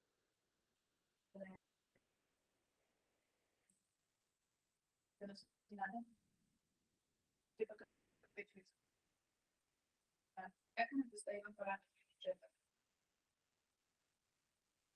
Точка. У нас есть бюджет, параметр и бюджет. Правильно. Вот, мы хотим этого бюджета и читать.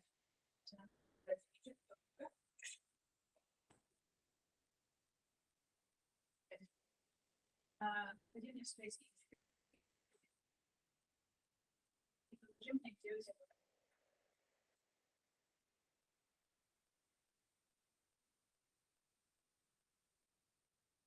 имидж, называется имидж, где она делает поиском.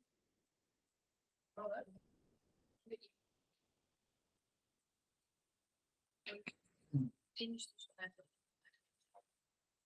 Покажи мне, как мы достаем инфо. Прям прочитай мне, как мы достаем инфо. Видите, точка. Правильно. Теперь на точно так же Facebook нужно создать имидж репозиторий. И Facebook. Там ранее. Перед имиджем репозитория нужно слово «репозиторий». Вот давай напишем перед имиджем. Я не имидж репозиторий. Хорошо, где ты достаешь фавориты? Я Скажи, где фавориты достаешь? только что писали. Я посвящаю страх. Да, и нам, чтобы этот имя все быстрее достать, нужно его взять у виджета. Ну, как мы берем виджет? Так, как там. Ну, запустил виджет, точка, info. Что нам нужно сказать? Виджет, точка, pub.dev. Да, вот видишь? Хорошо, это полбеды. Сделали. Теперь нам нужно имидж передать. Там, где создается FacePage. Создается FacePage. Кто его открывает? Space Image Page. Кто открывает FacePage? Какой странице ты открываешь FacePage? Space Image. Space Images. 97. Да, теперь где у тебя? Открываем. Там, где Правильно. а нужно прям где создается он. Где кнопка? Там правильно. Вот такой место. Хорошо. Покажи мне.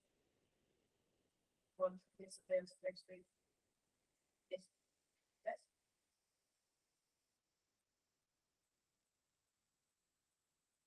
У нас тут и последнее, что надо сделать, если открыть, соответственно, добавить. У нас будет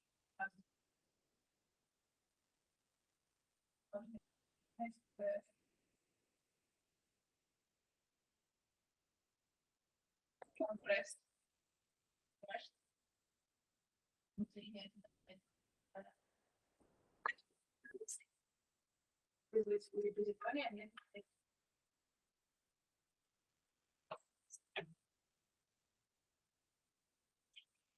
Если пишу прямо, значит, вы. У тебя есть класс, правильно? У вас есть метод. Как мы вызываем метод класса? Инстанс класса, точка и вызвать метод. Правильно? Да. Наш класс в данном случае это индекс. Нет, в том классе идет.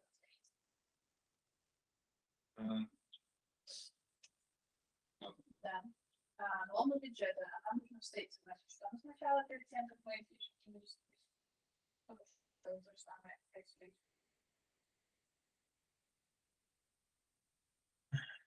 Строчка 23. Смотри, на строчке 23 мы у images репозитории вызываем метод getFavorites. Space images нам нужно у images репозитории вызвать метод xFavorites. Да.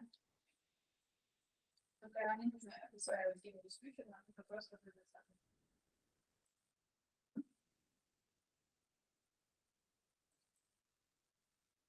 Да. Набрать я полный.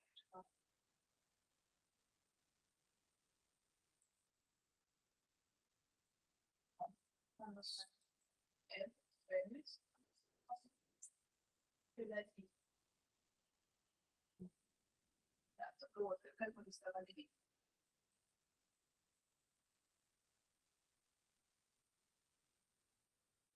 Сейчас, надо не весить. Теперь пригодится. Сейчас 2 минуты и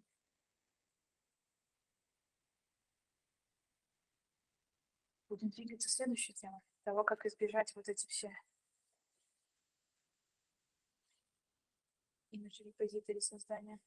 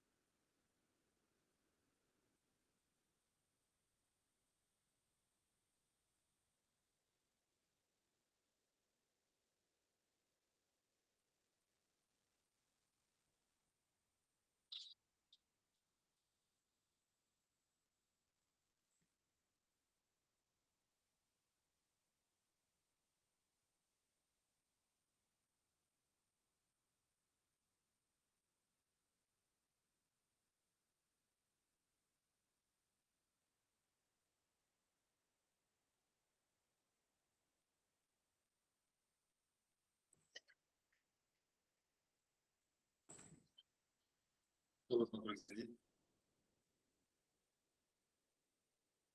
Кажется, вот, тоже мне с самого начала всё было.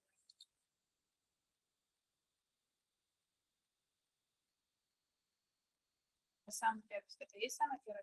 Самый первый. На телефоне пока. По-моему.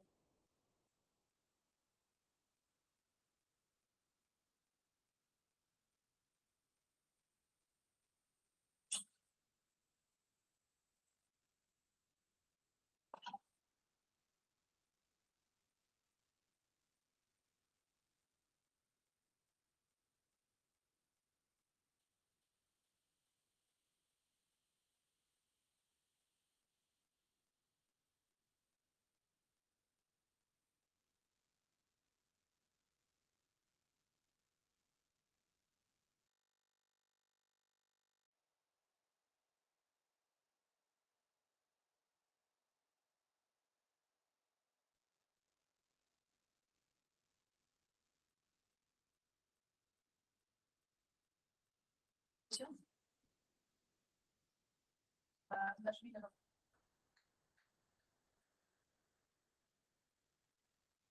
свой.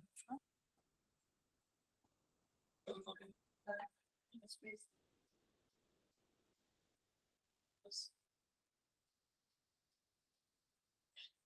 Так.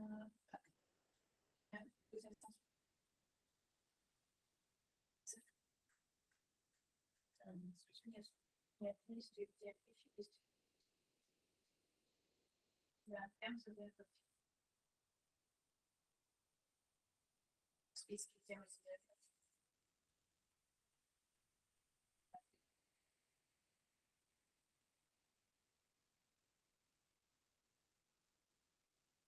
Темы создаем имидж.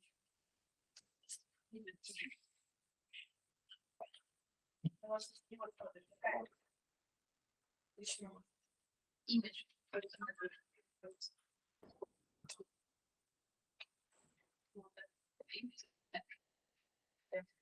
И вот это.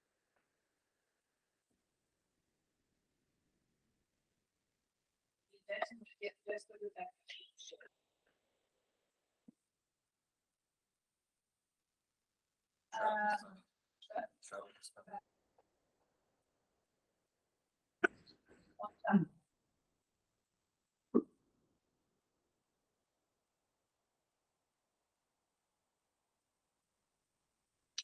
I have sent you a library in the chat, so same way that we added the Equatable library, please add this library.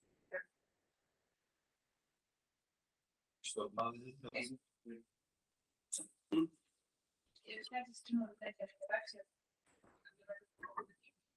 Здесь нужно открыть списки.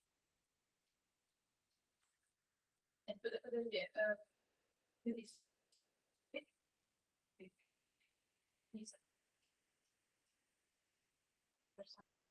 Нет, только внутри.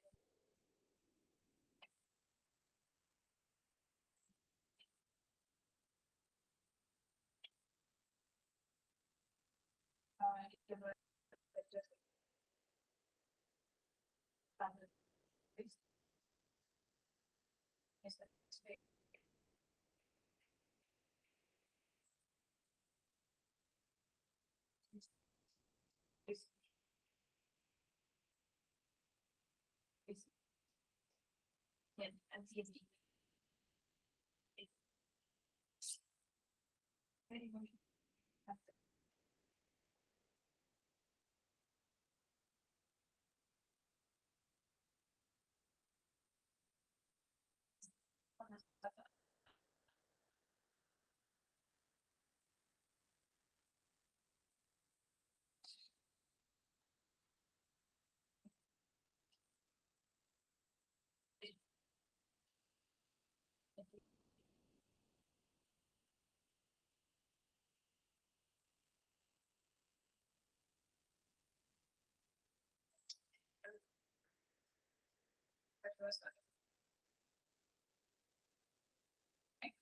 Когда это восстановится?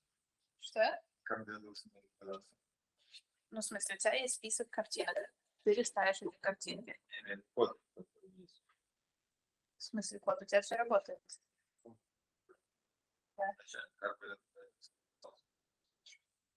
Ну, потому что мы здесь делали то же самое, что мы уже делали неоднократно. Ну, в смысле, Future Builder это новое, но с открытием страничек и рендеров мы уже делали. Ну, ничего, постепенно. Сделаешь такое еще несколько раз дома, и потом будешь вообще на автомате догадываться. Что? Не переживай. Можешь попробовать, да. Для этого у тебя Xcode стоит, я предполагаю. Да, ну можешь попробовать. Там, возможно, могут быть какие-то проблемы, но только да. Ну, в смысле, ты через Flutter Android Studio будешь запускать, но Xcode все равно нужно для того, чтобы там есть специальные инструменты, которые билдят под iOS. Да, ну, попробуй, но если там что-то будут какие-то ошибки, то я с тобой потом посмотрю. Okay, now I have sent you a library in the chat. Please add it to your code base the same way that we have added Equatable. We need to open the library, tap the installing tab, copy paste everything that is under dependencies,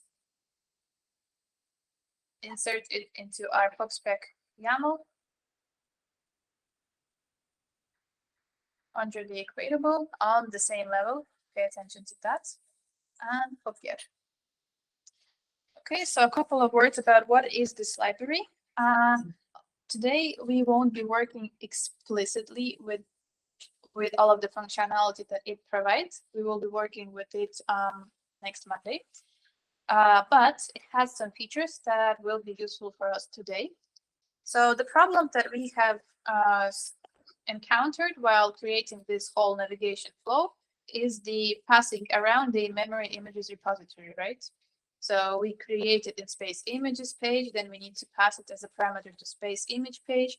Then we also need to pass it as a parameter to the faves page, and so on and so forth. So this isn't really convenient, right? Especially if you create like 10 more pages and into each you need to pass this images repository. And especially if in some place you forget, like we did initially in faves page, we create a new instance and the data is inconsistent, right? Do you understand the problem?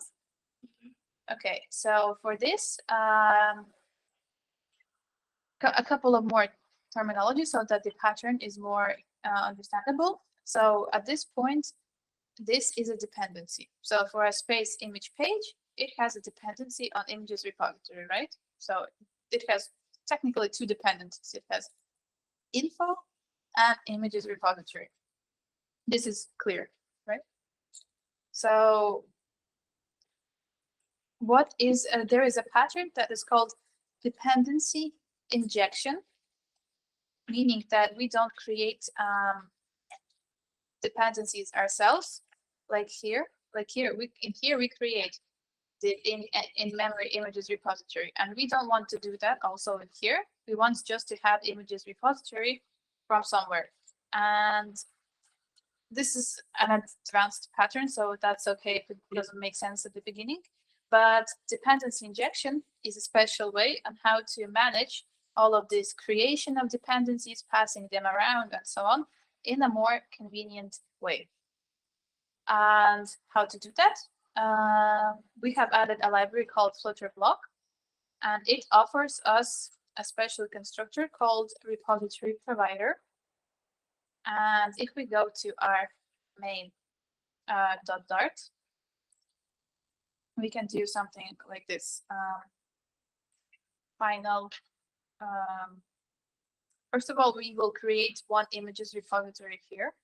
We will call it images repository, and it will be in memory images repository. And then we will create a repository provider. Images repository provider.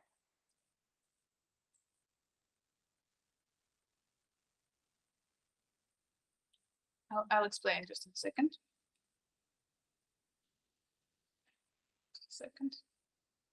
So, and here's a couple of things that are going on. First of all, we create an instance of a class that is called repository provider. So what it does, it provides us with a repository. We have said that it will be of type images repository. Now here, pay attention, it's not in memory images repository, it's the abstract class images repository. And then it has one parameter inside of the constructor, which is called create. It accepts one parameter of type context, and it wants us to create an instance of what we have specified here in the diamond brackets. And because we have already created images repository, we can just pass it here.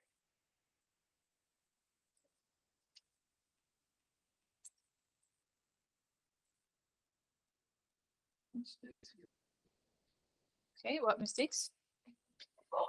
Start class can be it's like Did you import? Okay. images. Well,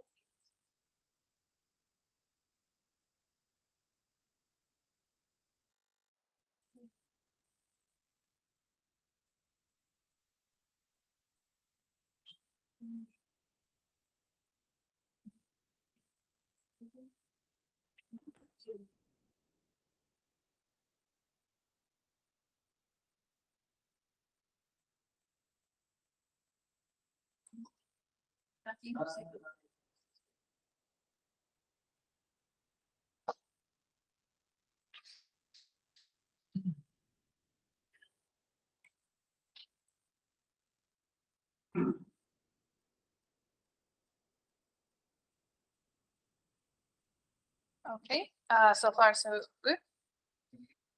Okay, now one more thing that we need to do is in the future, we will have many of these repository providers, right? In a real application, there's images, there's authentication, there's something else, settings, and so on. So there could be many different repositories, and we need to provide all of them.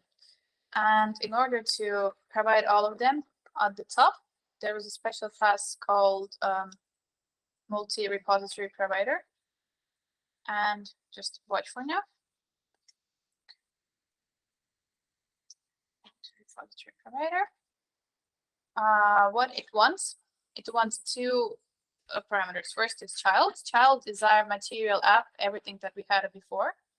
So it now goes under the child of the multi-repository provider. And it wants a list of providers. So we give it a list. And then here we specify, for example, for now we have only one. We specify, and we have images repository provider as dependency. Now copy this, and we will move on to actually see how to use it in our apps, how it can be convenient. Okay, so what we did now, we have already done all of this. We can wrap our material app. I'll just show it from scratch again, okay, so that we all follow along. We can wrap our material app with a widget. Show context actions, wrap with widget. We call this widget multi-repository provider. And we need to give it one more parameter beside our child, which is called providers. It's a list. And instead of this list, we need to only specify the images repository provider that we have created.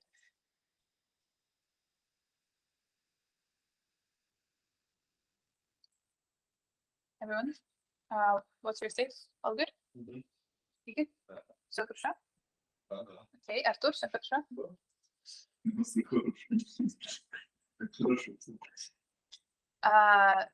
It's okay. It's really those topics are advanced, so we need to move on. We need to learn how to do things, and as I said, with practice, you will get the hang of it. So when this is the first time we encounter those concepts, so it's okay that your mind is blown.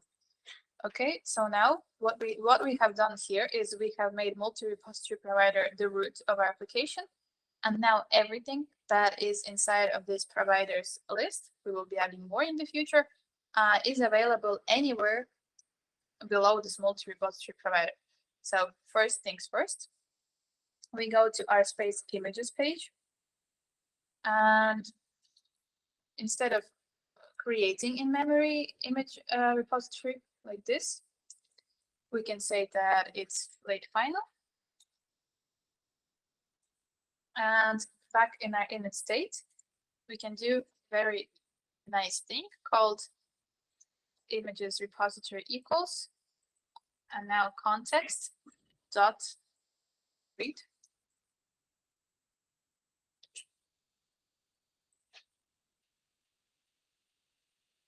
Let final, let's give it also a specific type, and the specific type will be not in memory, but just images repository, like this. And then in init state, we just say context dot read. And remember how when we talked about stateless widgets, I told you that we have context only in the build method as the parameter. In stateful widgets, we have context also available anywhere in the state itself. So we can call parameters on context. So what happens here is when this state is initialized, we take the context with which it's initialized, tell it to read, and it will walk through the whole of the widget tree to find this type of class. And because with repository provider in main, you said how to create this class, how to access it, it will find it and use it. So we have done this in space images page. We now also we can also go back to space image page. Come on, load.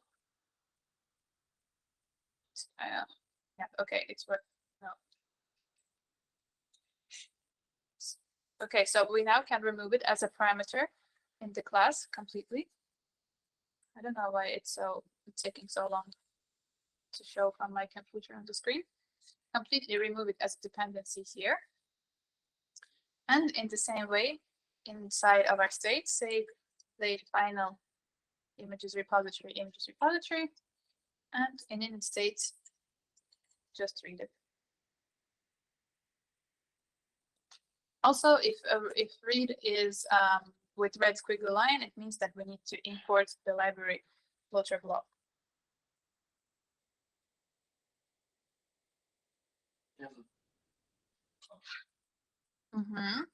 Где запутались? Да, мы удалили полностью здесь images repository. Полностью, нету больше. Это space image page. Там, где одна картинка. Удалили, правильно? Полностью ее из конструктора тоже удалили. Да? Удаляем.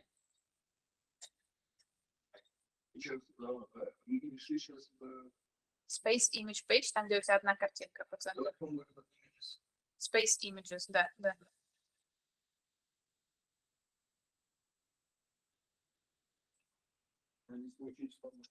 Подожди, Space images у тебя должен сейчас выглядеть вот так. Вот это вот самое важное. Space images.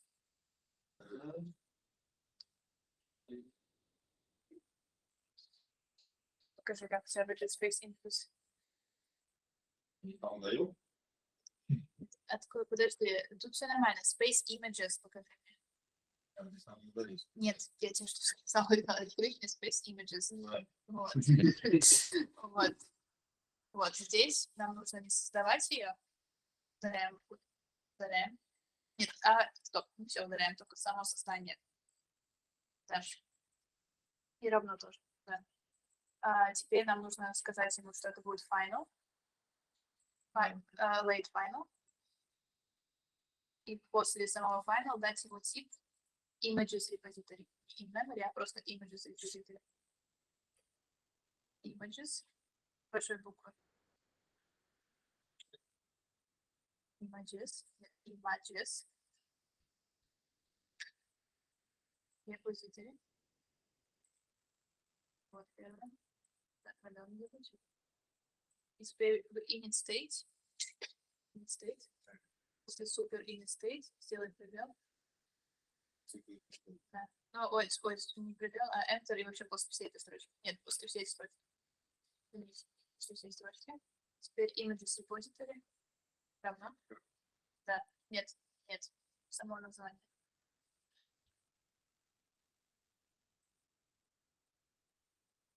Равно. Контекст. Точка вид. Точка, скобки. теперь то же самое нужно сделать space image page. Удалить полностью его отсюда. Так не все, не все.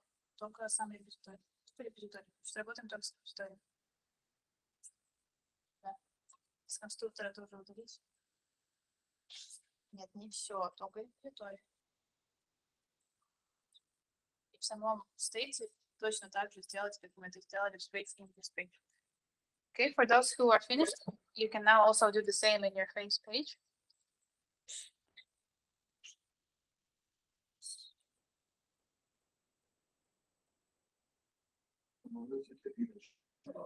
Что? Сейчас, секундочку. Не понимаю вопроса. И image тоже мы отредактировали. Хорошо, смотри. Удаляем полностью отсюда. Да, удалили. Здесь его больше нет. Правильно? Идем в state. Сейчас я это удалю все. Еще раз. Идем в space image page state. У нас там ничего нет, правильно? Пустота. Да. Точно так же объявляем здесь late final images repository, images repository. Вот точно так же, абсолютно, как мы сделали это в space image. Можно скопировать оттуда.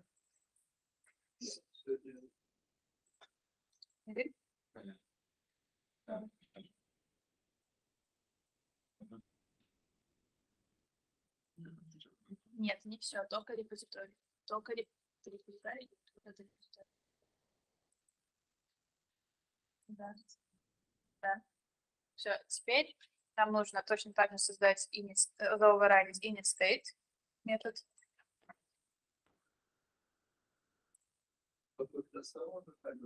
Смотри, начинай писать init, и он тебе должен предложить. Мы это пишем в state? Да. Да. Да. Теперь после super init state мы делаем то же самое. Images repository равно context state. То же самое, как в предыдущем классе.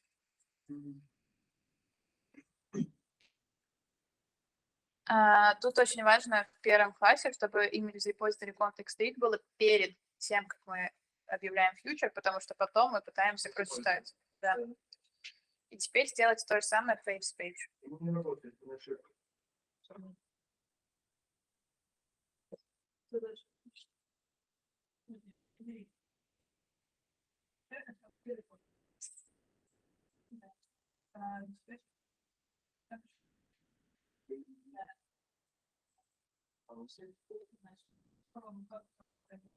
У вас есть это?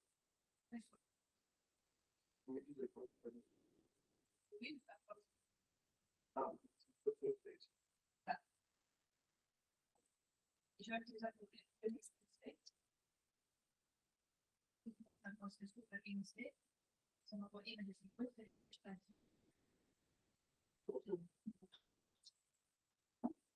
И здесь нужно сделать контекст.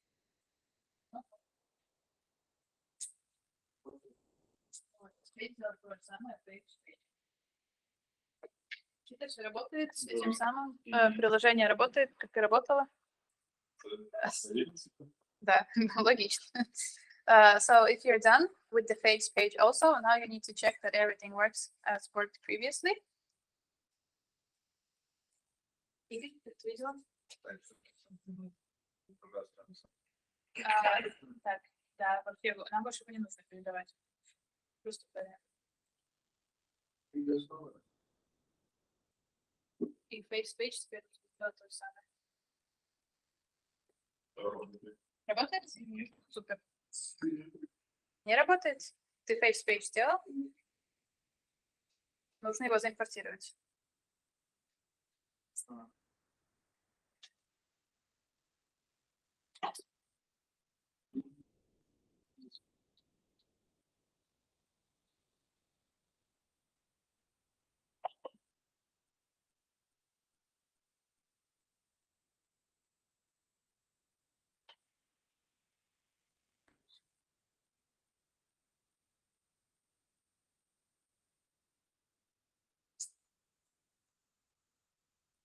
Получилось?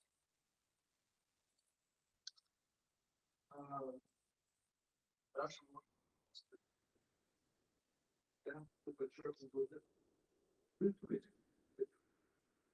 It's the voice defined.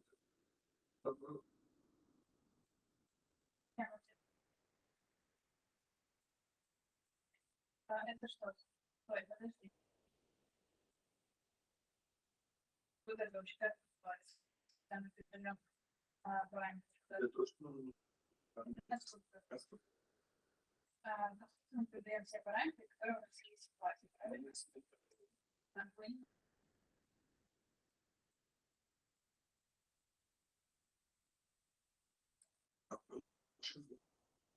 Ладно.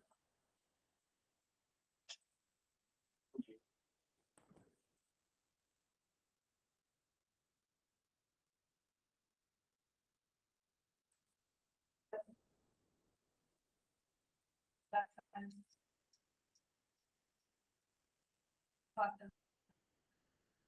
Ладно.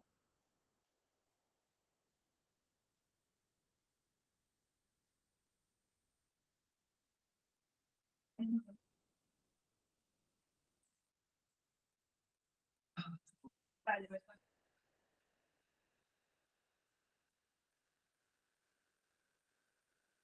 Was this all good for you? Yeah. Perfect. Okay, and this was так, нужно импортировать read библиотека Flutter.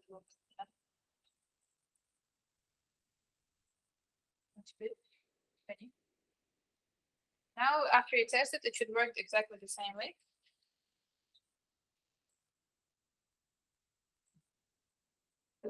And from now on, at home, you will also have to create a repository in your book library app. Also probably in your cats app, we will see.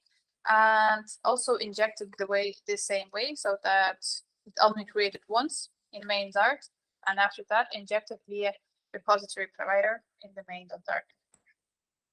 Writing state не может быть. Нет, только один instance. Что? Ну, get the space, right?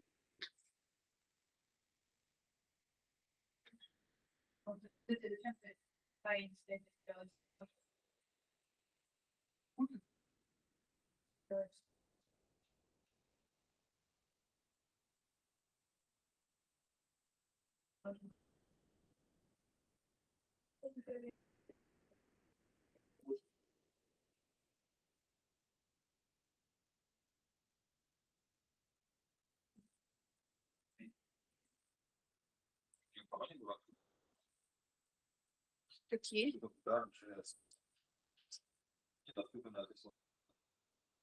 Это дальше, если использовать. Кроме main.dart. Видишь, он тебе говорит, в каком файле. Не надо его поддерживать.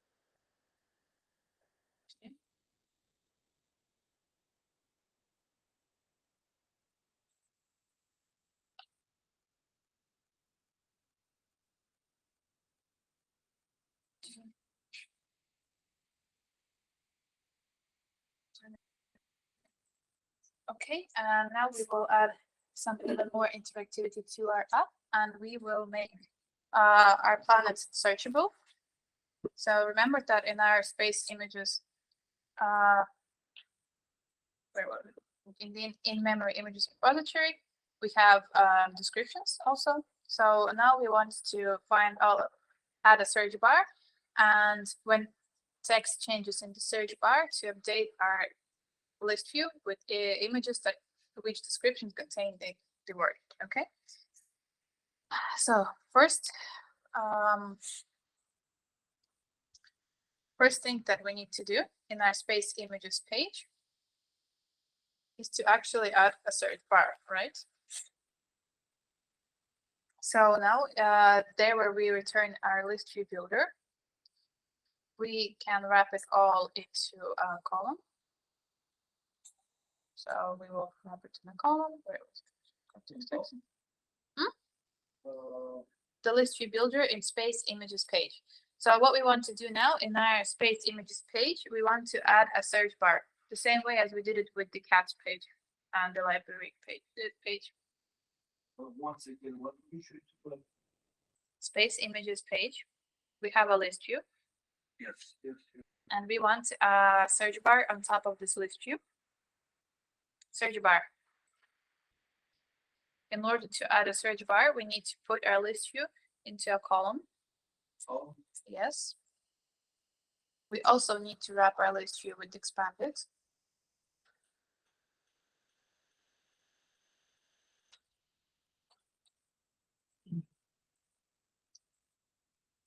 And on top, we can use text field or text form field, whatever. Okay. Everyone did this so far?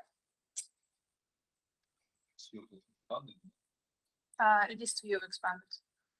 Text field. Добавить просто text form field сверху.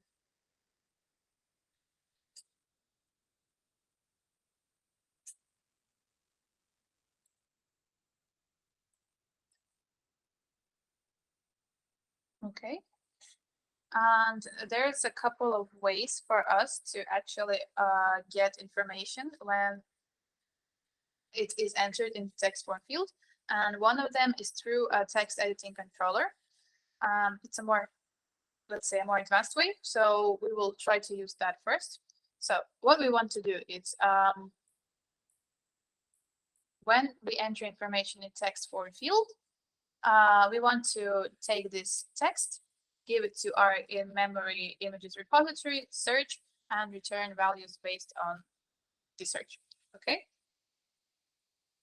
First things first, we need to actually add a search method in our images repository. So let's say back in our images repository, we will add a new method, call it future. It again will return a list, future list NASA image info. We will call it search, and it will have one parameter called string query.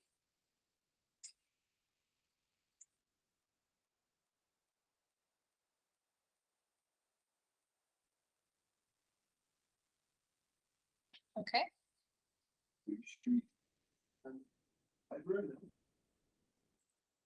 No, in we are still in the same app. In our images repository, we add a new method called search.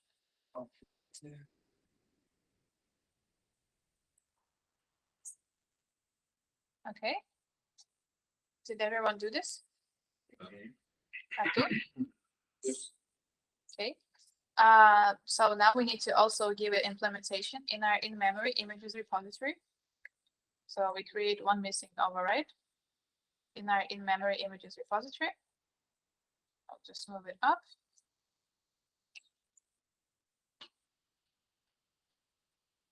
And I will use a simple method called where. So I'll say NASA images where its element contains, element description contains query.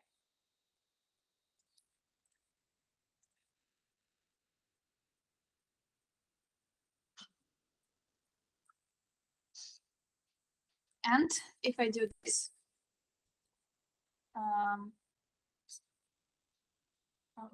if we show,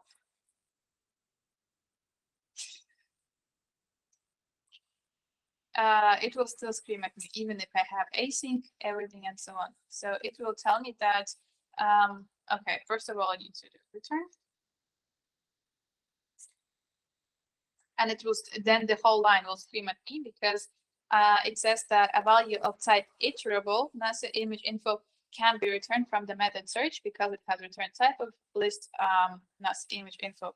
And the thing is, when we use methods such as where and find where and so on, it always returns a more superclass called iterable, because also map is iterable, sets, I think also. So there are several iterable implementations, and list is one of them. So in order to convert back to list, at the end, we need to say to list. Okay, and so what this method does is it takes our NASA images and then uses the where method to filter it takes the element, checks its description, and if this description contains the query that we have passed as the parameter, it will leave it, and then return all of the results to list from iterable.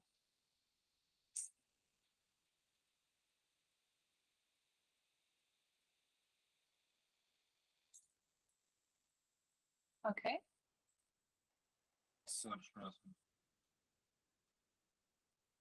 Ну, что он говорит?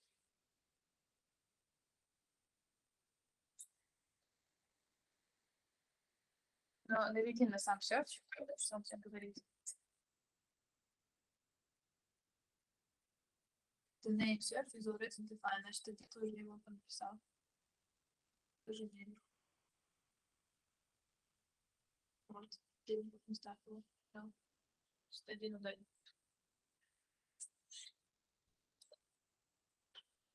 Да, то есть тут. Ну, не стоп, поставь. Все, хорошо, ладно. Можно вообще писать турист. Окей?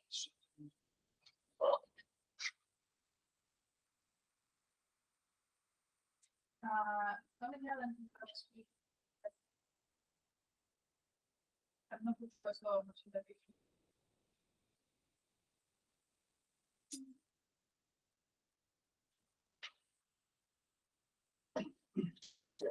Okay, so I guess everyone is here so far.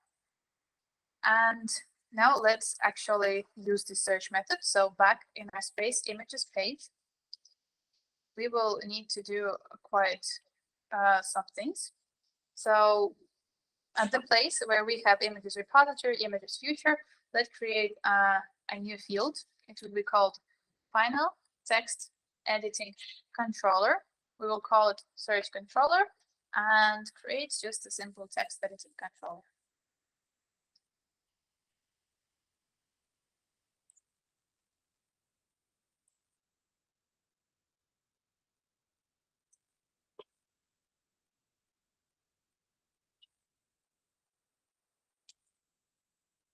Okay, so everyone did this?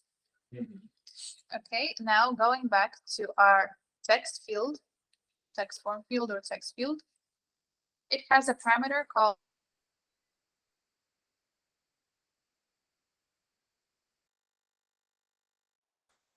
just assign it as a parameter.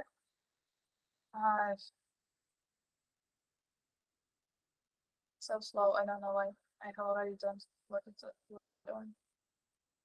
Okay, so we open our text form field. It has a parameter called controller.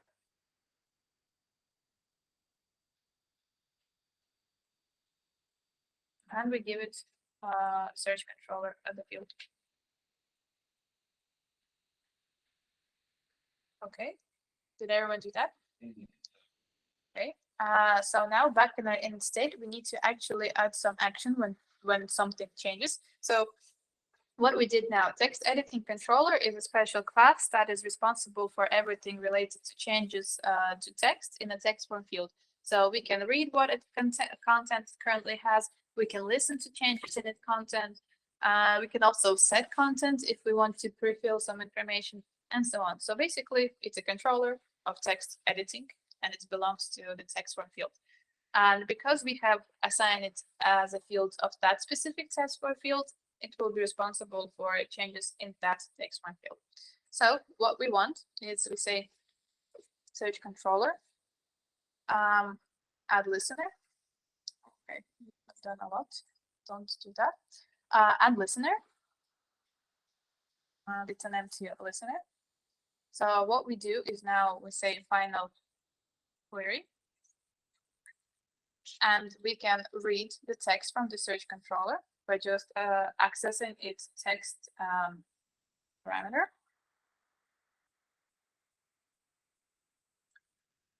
Okay, and then what do we want with this query? Any ideas?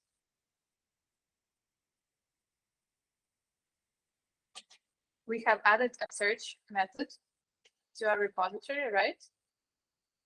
So we need to call it now. And this is where we need to call it. So questions? Okay. So now that we have a query, we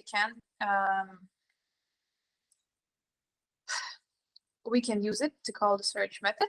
And important thing here is remember that we were using images future, which we then gave to our future builder as parameter. So future builder always listens to this images future, and it means that we need to give a new value to this images future in order for it to be rebuilt. So we say images future equals images repository search.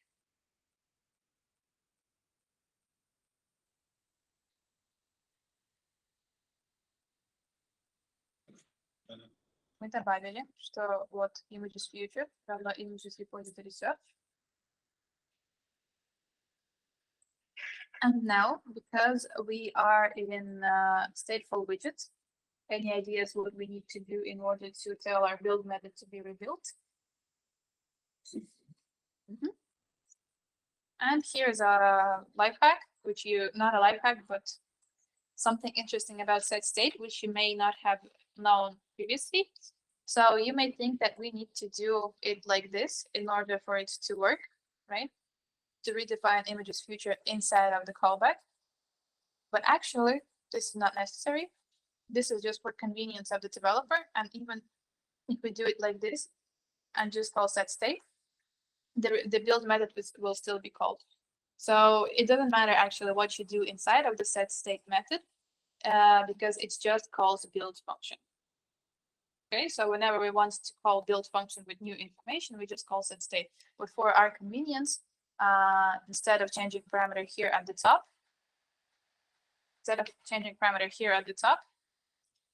we can change it here.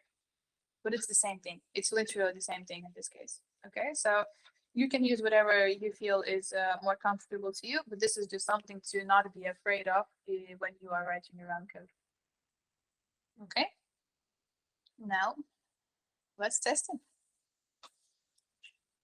Remember, because we have changed init state, we need to rerun the call up, not just hot reload it.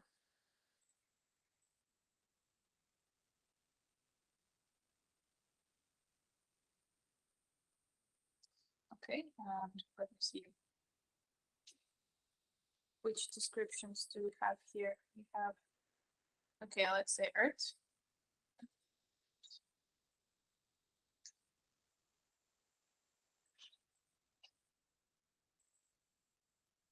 And nothing happened, right? Mm-hmm. Why? Errors. Okay. Right, and that's correct. It says late initialization error. Field images future has already been initialized. Okay, and this means that we need to make our images future not final. Okay, it can be late, but it's first of all, let's make it nullable. Then we don't need to make it nor late nor final, because this way we will be allowed to reinitialize it, and this is what we need to do.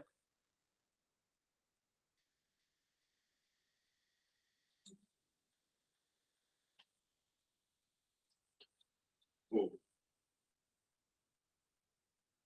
Так.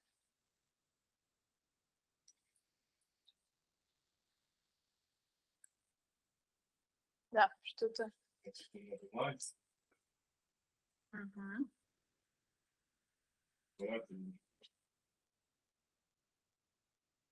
It is trying.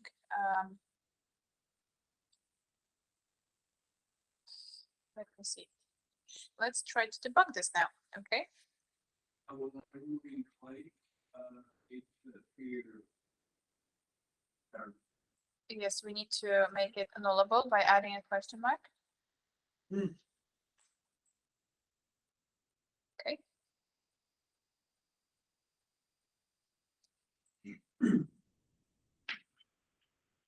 Okay, so first of all, let's print what we have in query. Like, let's comment all of these set states and print what we have in query into the console and relaunch our app. This. And see what's going on in there.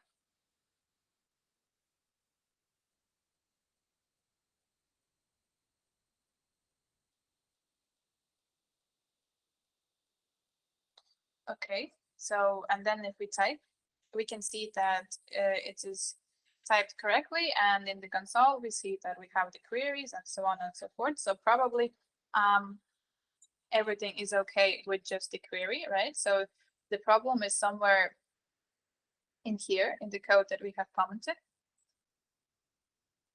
Now, let's try to just, where was it?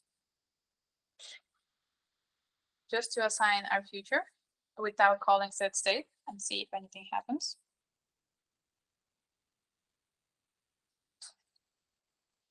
Okay, I also need to change those 5 seconds to 1 second. Okay. Okay, so still everything is okay. So it means that the error is because we are calling set state, right? Because without calling set state, everything at least behaves okay. Oh, let me change this to 1 second.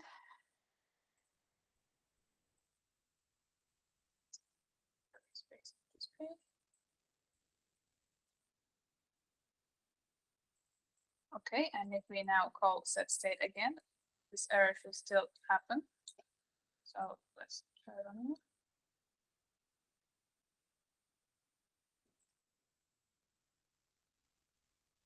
Okay, and now we see that the error is happening and I can't type anything after the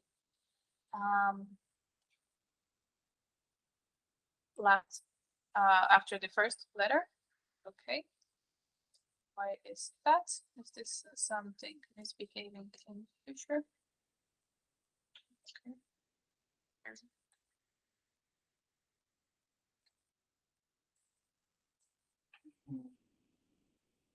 I need to remember what's going on. Let me quickly check. Any ideas? What's wrong in there? Okay, I don't want to do the bounce for now. Can we avoid bouncing? I want to do the bounce. Okay. You know what? Let's try do something like this. If query is query length more than 3, so we will set a minimum length to our query. Then only then we will actually do the search. So let's see.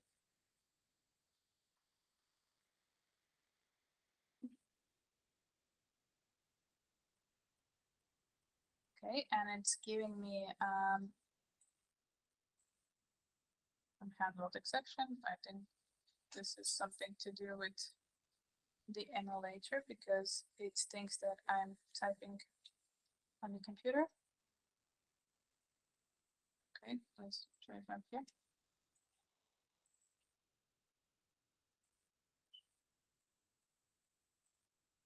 Okay, we can at least see that something started to happen, right? Let me see if there's any actual earth in here. There's earth. Okay, none. Cool. So where's the back button? Just a second. It was with big letter. That's the problem. Okay, we can see that it did indeed filter. See, it shows only 4 pictures, which has earth word in it with the big letter. That's the important thing. So the problem is that every time we enter something, immediately we try to rebuild the page. Okay, so if we go here, and if we remove this if query length equals 3, and just do it like this, so what happens? We just added a new letter and we already called rebuild. Added a new letter and we tried to call rebuild, so it's just tries to rebuild itself all the time, and so it doesn't allow us to actually do anything because it's trying to rebuild itself. For things like this, in programming, in general, not in programming, but in when working with user interfaces, when you type something in a search bar, probably you want, like, when you're typing for a couple of seconds, and you don't want to perform the search on every letter, right? You want to wait when the user actually finish typing, and then only do the query. So there are a couple of ways to do that. And one of them is called debouncing. So instead of actually performing the search the very second when we type information, we wait, for example, for 500 milliseconds, and then we do the query. And this saves us, first of all, redundant refreshing of the screen, because it's rarely one person search only for one symbol. And it also saves us from redundantly fetching data from the internet that we don't need. So, for example, imagine we wanted to type Earth, and on every letter, we will be typing it 5 times. We would do 5 API requests, right? When we actually need only the last one.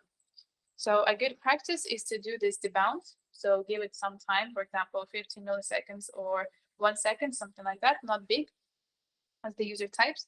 And only after that, actually perform the query. We will do that. But before we do that, we will try another way. And instead of using the search controller, we can for now comment everything that we have in init state. And also back in our text form field, we can comment the controller field.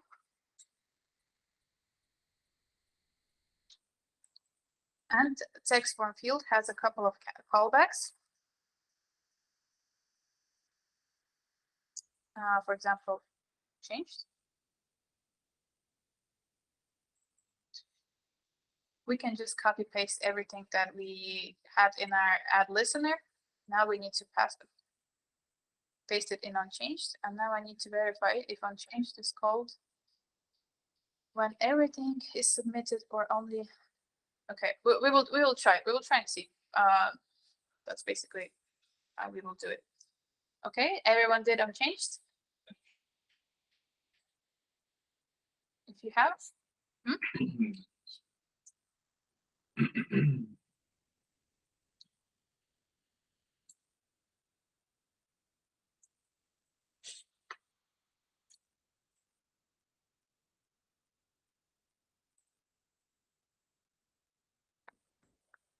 Okay, and now if I start typing, I will have exactly the same error, right? Because when I start typing, it tries to refresh, so it doesn't give me to update anything. And instead of using unchanged, let's use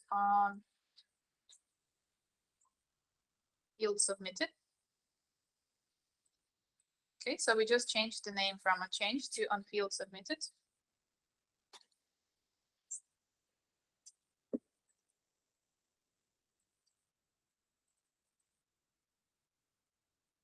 And then, okay. Oh, my back is sleeping. So a couple of things happening here. Let me just rerun it. On the whole thing from scratch.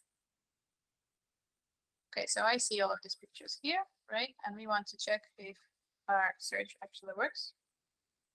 Right. And now I need to press this hardware button to submit. And it worked. It has filtered the images based on the Earth description. And what unfield submitted also did is cleared the field in here. So this is exactly what we want, right? We want the search query to stay. Okay, I'm trying to come up with a way to explain the next thing in a more simple way.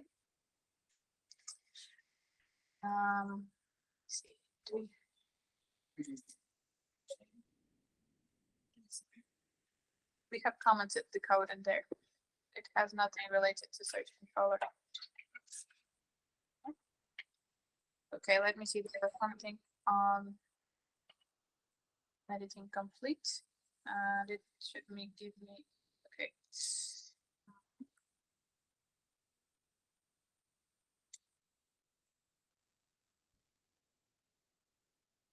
Okay, yes, this is what we will try to do.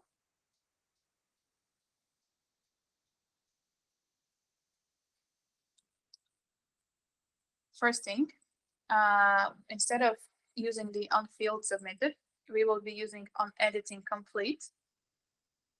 And the thing with that is,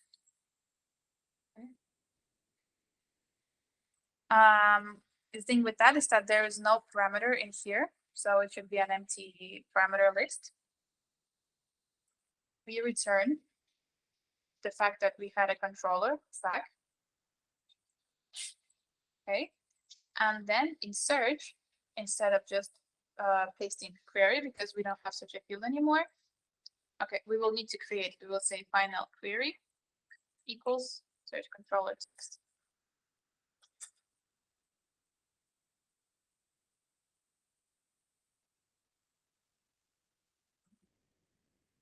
Okay, and then we will try to run it from scratch.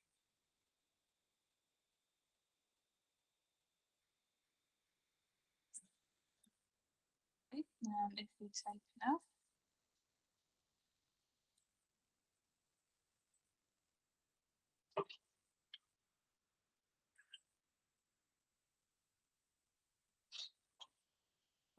and nothing happens. Okay, that's a different. Нужно бежать, да? Okay. Я потом напишу, что нужно сделать, чем мы закончили. So, what on editing complete does is it doesn't clear the field in here, but it does perform anything that we tell it to perform after we press the complete button, right? On the keyboard, specifically on the keyboard, this one, blue one in here. We will now be implementing something called live search. It will be a bit more complex, but before we do that, is everything clear in here? Okay, we have different value. We have different callbacks. Let's examine. Let's discuss those methods first. So, when does the unchanged method get called of the text form field? How often is it called? Every press. Yes, on every press of the keyboard, right? Like every letter that we enter. Okay. How does onField submitted behave? Sorry? How does onField submitted behave? After submit. Okay, it calls everything that we write in here, the code that we write in here. After we press this submit button, this button will differ depending on the device, and it clears the search bar. So it basically submits the fields that we have entered.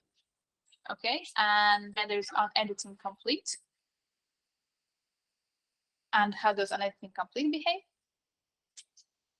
Also, button pressing, like not submitting. So. Yes, exactly. And because it's not submitting anything and we don't have query here as a parameter, we need a way to actually read this query somehow from the text form field. And we do this by assigning, not assigning, but reading from the controller.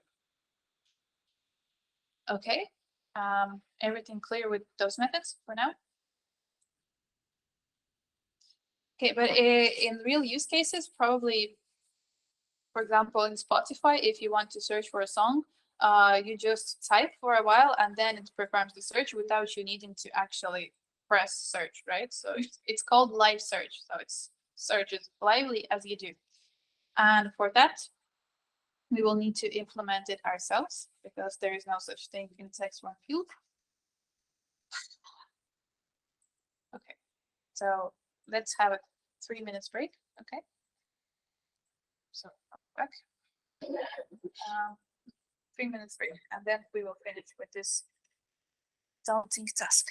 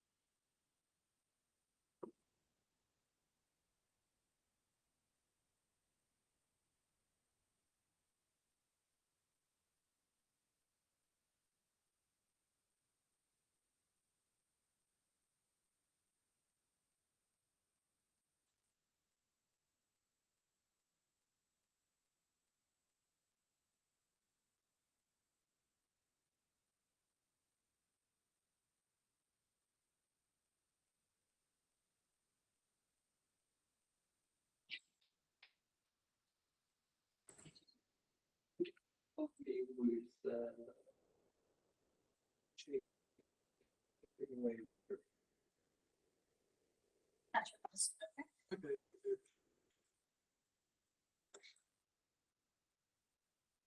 I checked the Google feed about this colors. They're saying that should like also expose. Yes, we will get to this. Ah, But actually, thank you for reminding me. I have this invalid, but yes, we will get to this.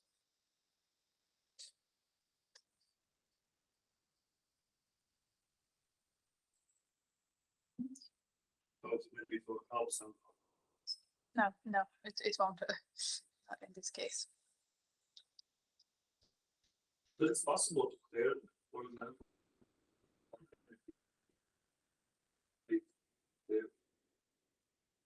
By calling clear on the controller? Yeah. Yeah. You can do a lot of things with controller. For example, if you have seen text forms, like in general in apps, those input fields, when you start typing, there's like a clear button appears.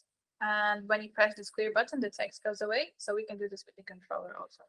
So it can be useful in those cases. Okay, let's do this.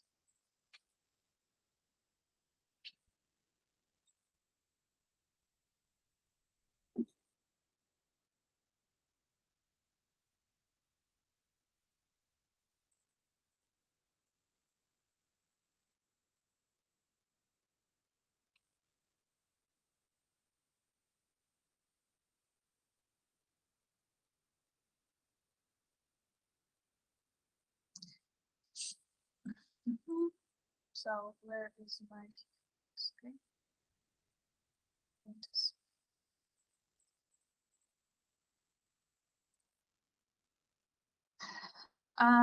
Okay, we can now return the code that we have commented in here, and we need to do one change to it. So before actually performing the query, we need to debounce it. So debounce meaning that wait for some time before performing it. And for that, by using just what we have available in Flutter, we will use a class called timer. Call it debouncer. And the idea is like this, that we will wait for 1 second. And if during this 1 second, nothing happened, like no more symbols were entered, then we will perform the query. If there were symbols entered during that period of time, then we will disregard all of the previous requests because we don't need them. For that, we need to implement import Dart async. And we need to create a, probably can't really see very well, timer. It should be nullable. Call it debouncer.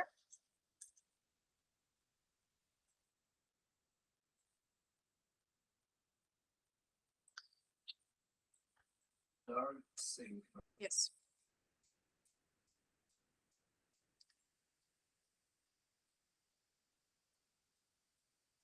Okay, we will create a function called debounce search.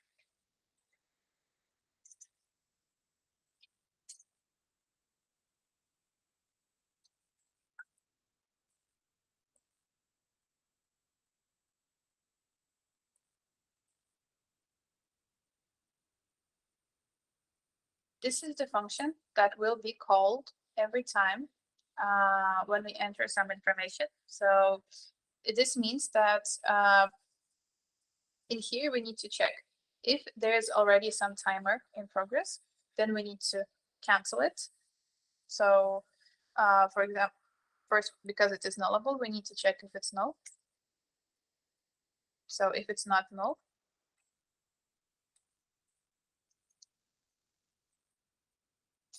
we need to cancel it.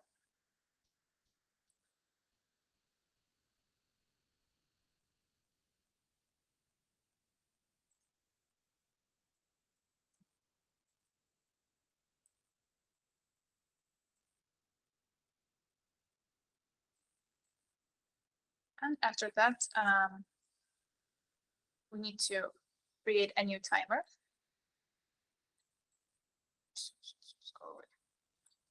We will call it, so we need to initialize it to bouncer with timer. And this timer accepts two parameters. They're both positional. So first of them is duration. Let's give it for now duration of 1 second. So second one. And the second parameter is what we want to happen when this 1 second passes. Okay, so it's just a callback. This. Okay, where did you go? And inside of here, we will paste everything that we had in the search controller at listener. So we will paste that we read query from the search controller text, and then we will say set state and reassign images future to search.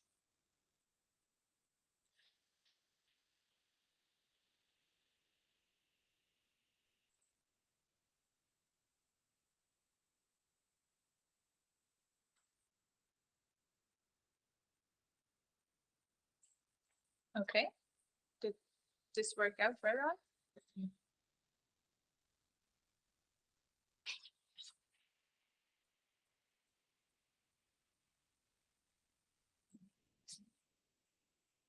Do you need any help?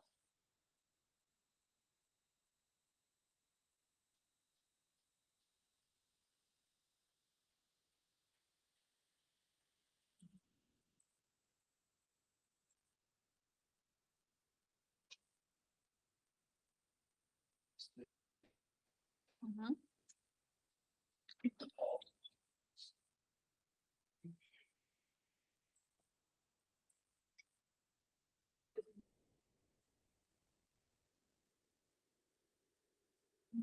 Oh, wait, you have a mistake earlier. Earlier, mine was with the lines 76, mine 76.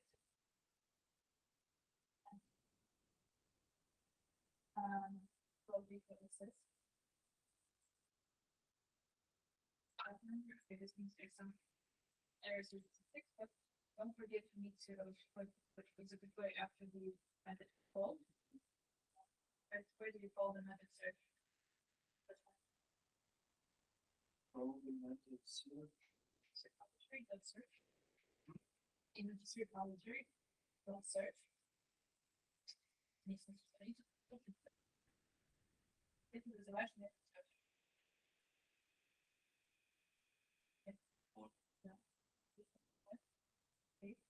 Special papers is correct. Just correct.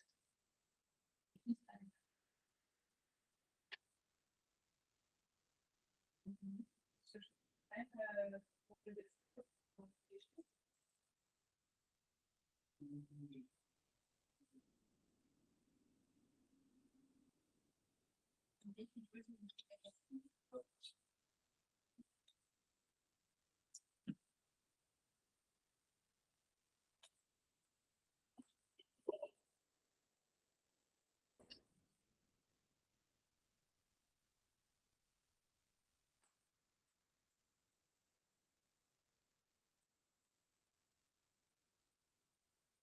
Okay, everyone so good? So far so good? Okay, and now back in our search controller add listener in init state, we can remove everything and just call our debound search method.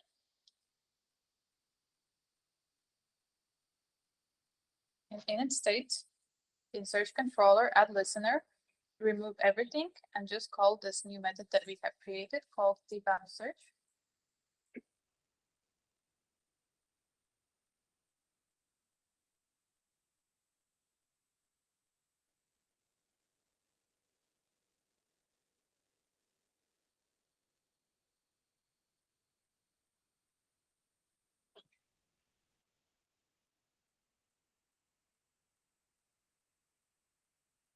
Okay, and now also make sure that in text form field, we remove all of the fields except just the controller. Okay, so remove all of the callbacks if you have any, so that you only have the controller. Come on, synchronize. What's taking it so long? This. And now let's try running our app from scratch.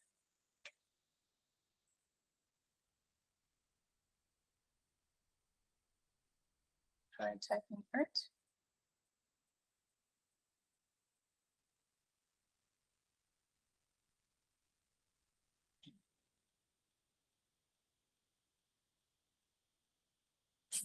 And in 1 second, it should, without you pressing anything, show you the results of your search.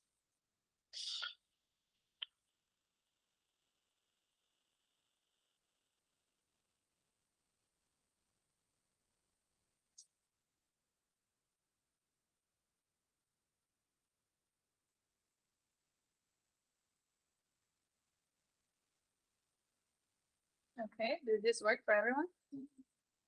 What's not?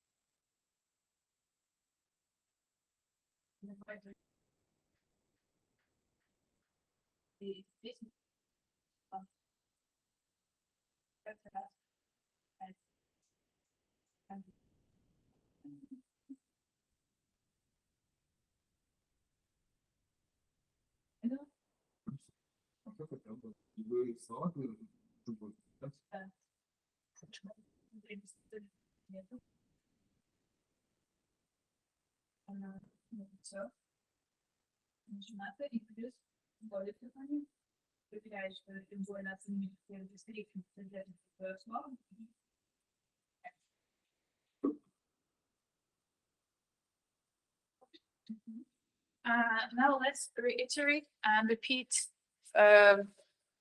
what we did. So the thing is that every time there is something changes in the search controller. So the words every time something changes in the search controller means that we added a listener to search controller, and the callback in this listener will be called every time something changes in the search controller. Then when we go to our debound search method, we see that if we already have a debouncer, meaning that it is not null, then we need to cancel it. So if we call this function 10 times in a row, then all of the previous debouncers will be stopped. And what is a debouncer? Debouncer we initialize after it. So after we have canceled all of the previous debouncers, we create a new one. And there is a special class timer for that, which has two parameters. First, it tells how long it waits until it executes what we pass in the callback parameter. So it waits for 1 second, and if no one has canceled it, then it performs this code. If someone has canceled it, then it does not perform this code. Okay, and this way, if during 1 second we type several letters, we don't start a search for every of those letters. We only start the search for the last result, for the whole like earth text. Okay, any questions about that? Now let's do the same thing in your face page by yourselves.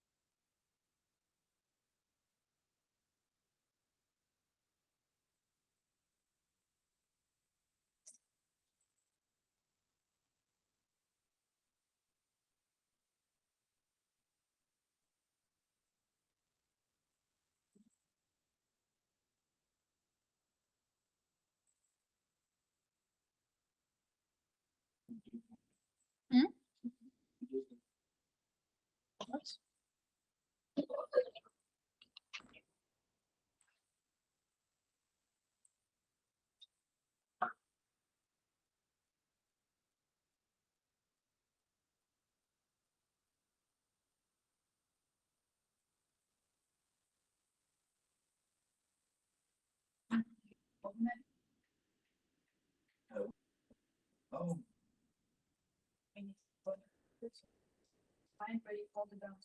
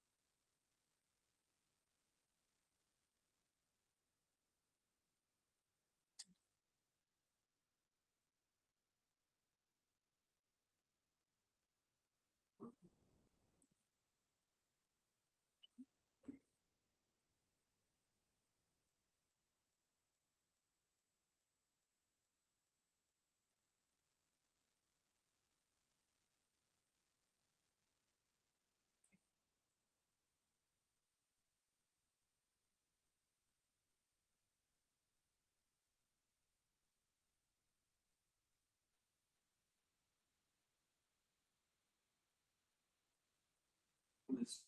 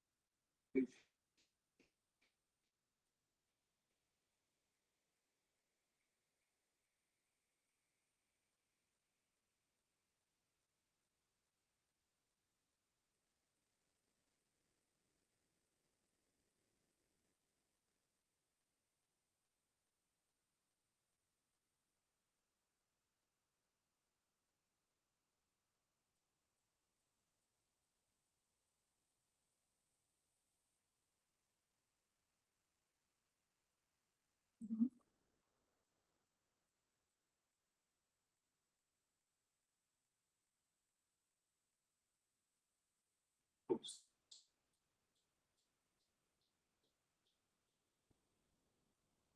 Find images. I'm not sure if you could find the correct one, so please something is shrinking like this. Or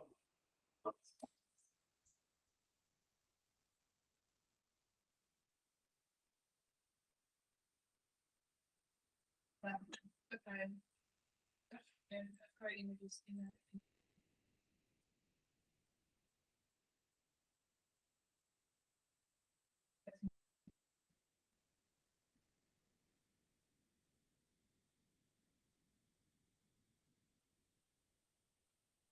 So.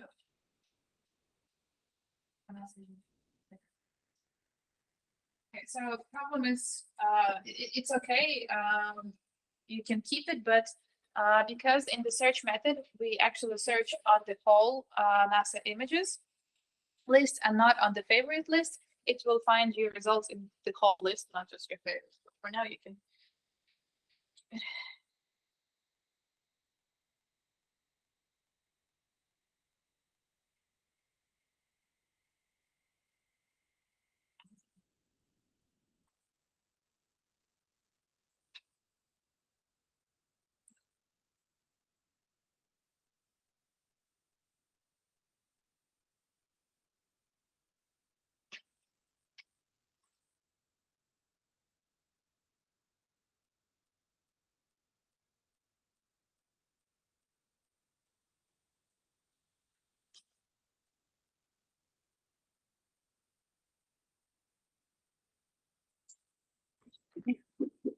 Okay, let's discuss one last thing for today.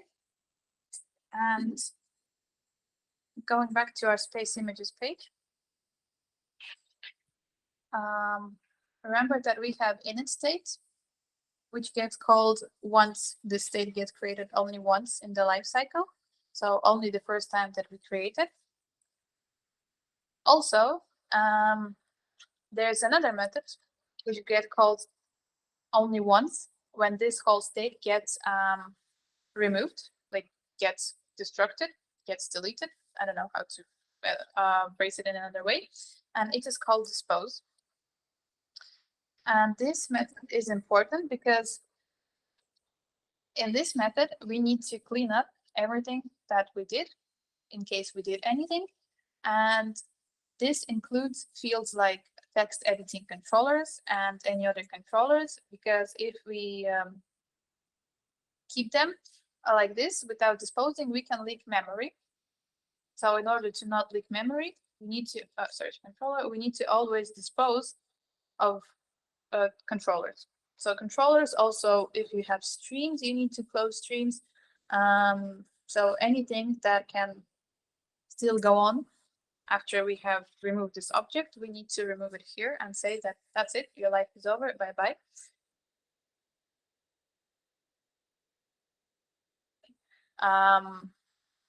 Gets called of this debouncer if we already destructed this widget. So in dispose method, if something has a method called dispose, cancel, or close, we need to call them here every time. And as opposed to init state, we need to call those methods before super.dispose. Okay, so this is like a rule of thumb. We have learned two lifecycle methods of states today. First one of them is init state.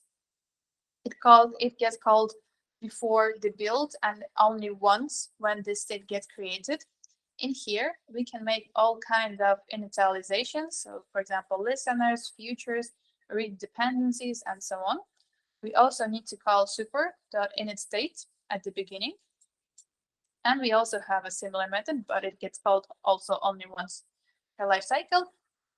But instead, it gets called at the end of the life of the state. It is called dispose.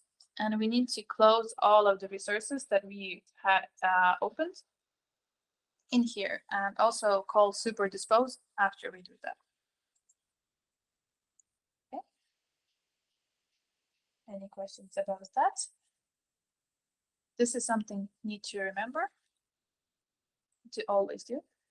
And for today, that's it. We have covered also, again, a lot of stuff. We will be reiterating and doing all of this again in homework. And tomorrow we will continue with this repository. And we will be adding network requests to actually search network for real information instead of just hard coding it in the memory.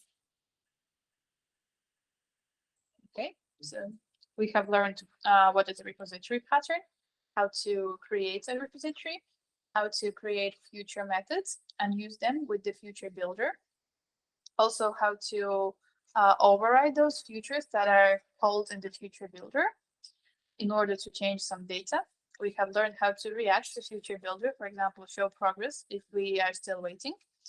And we have also learned how to use text editing controller of the text form field. And we have learned an advanced thing of debouncing things by using a timer, and also dependency injection with the repository provider. So that's really a lot.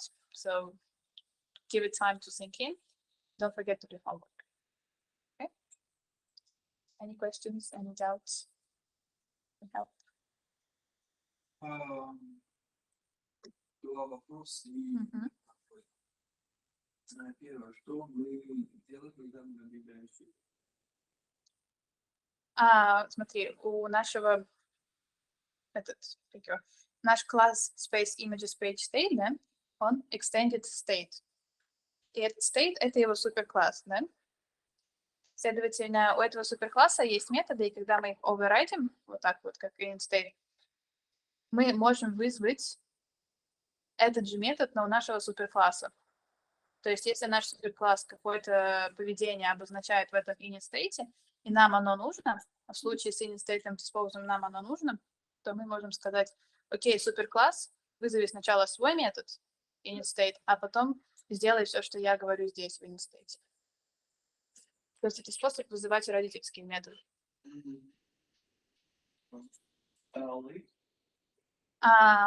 Late — это значит, что мы гарантируем что-то, что произойдет попозже. Например, в данном случае мы гарантируем, что images repository не nullable, то есть она никогда не будет null, и она всегда будет final, но мы ее инициализируем. Мы ее инициализируем немного позже. В нашем случае мы ее инициализируем в init state. Вот, и, соответственно, если мы ее убираем и не инициализируем, он начинает у нас включать, что это поле final, его нужно инициализировать. И мы либо ему даем инициализацию прямо тут, типа вот так вот равно бла-бла-бла, либо мы говорим, что окей, это нула было, и твое дефолтное значение тогда null. Но ему все равно нужно. Странно, что по дефолту должно быть null, но окей, тогда можем сделать еще вот так. Вам по дефолту должно быть null. Что-то пропустила. Можешь ли, пожалуйста, помочь с Okay, tomorrow, 10 o'clock here, we will learn some more cool stuff. Also, you will need to install one program called Postman, but I will write it to you in chat. And after that, we will have a longer break, and you will have all the time to catch up with bigger homework.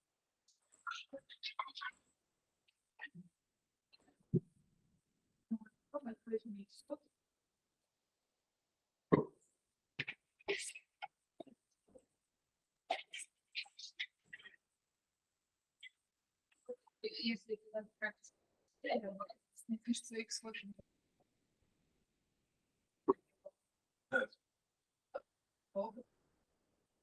Более неудобно. Thanks, bye. Ну, допустим, свои оформляем ассеты какие-нибудь, их нужно прописывать. Это связано не с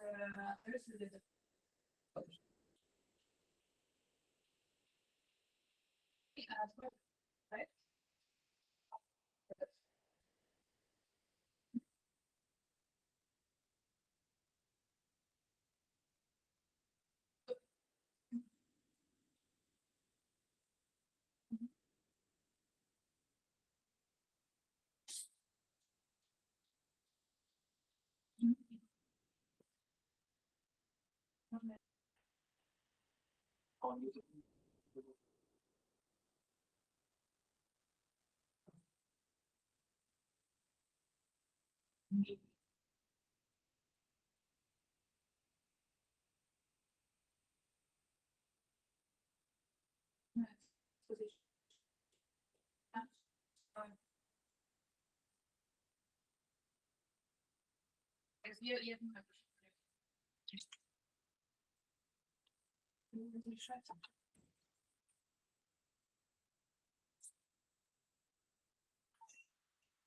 И нормально, ты знаешь, что ты делал? Или давай это делаем? Да, я буду все сделал. Да. Да, хорошо. Я сегодня выходной. Сколько там?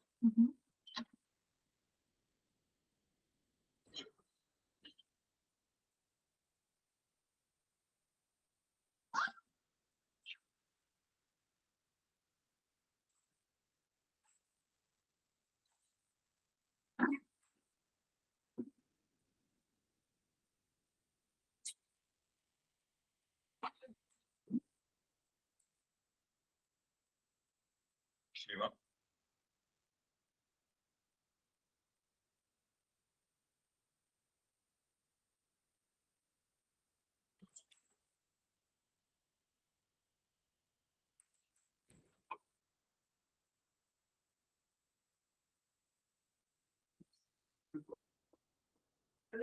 Точно платформу для разработчиков. А можно стать сколько поставить? Я думаю, что после этого можно будет. Обычно первый раз ему нужно, чтобы скинялись какие-то файлы или еще что-то, я не знаю. Так что можешь пробовать. Обычно не получается. Я очень редко открываю код.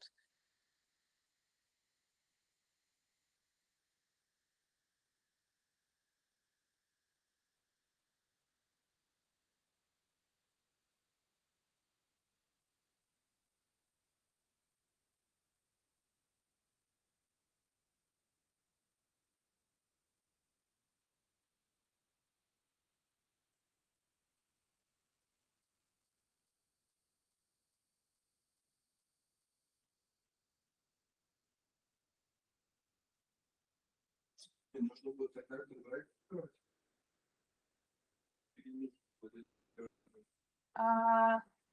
Надо смотреть по ситуации. Смотреть по ситуации.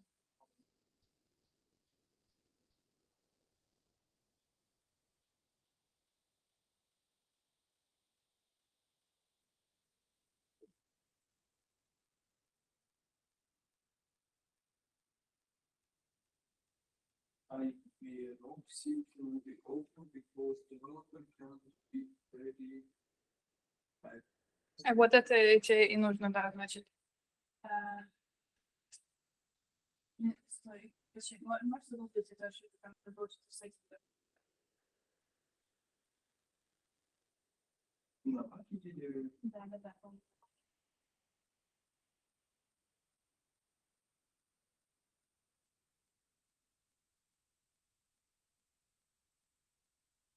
такой он без офис.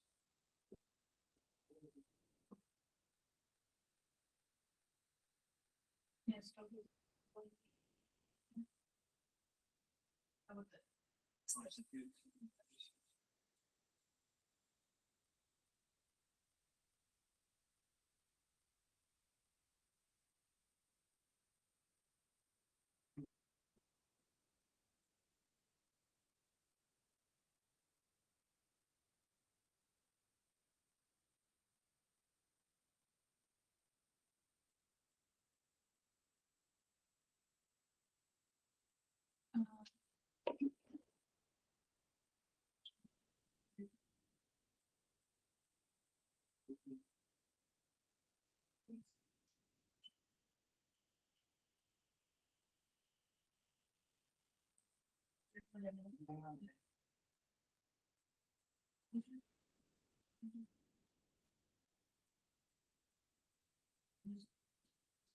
Я тоже помню.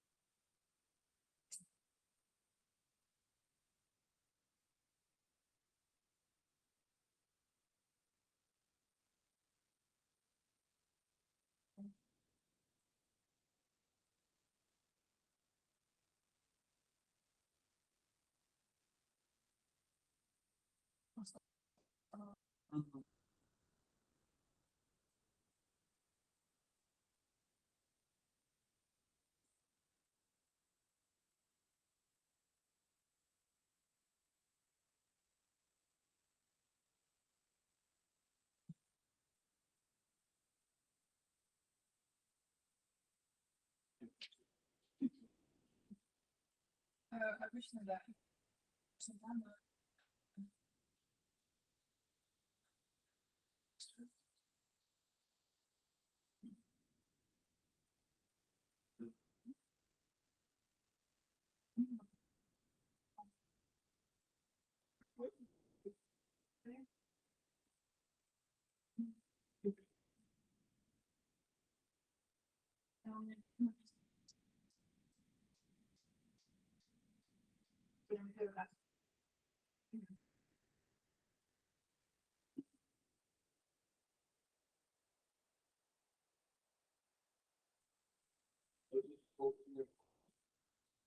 Ну, именно официально без школы нет, но можно.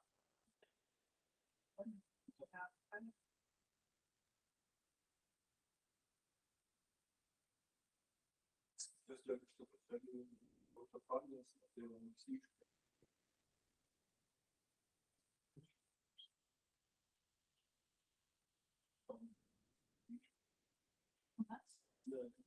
Что сказать? Вот в этой группе есть лабиринт. Да, позицию, например,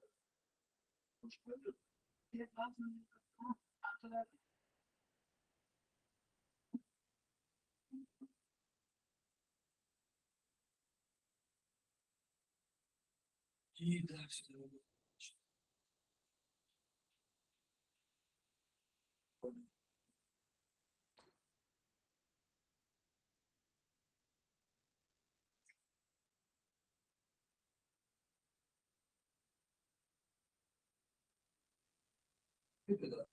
Да, пожалуйста.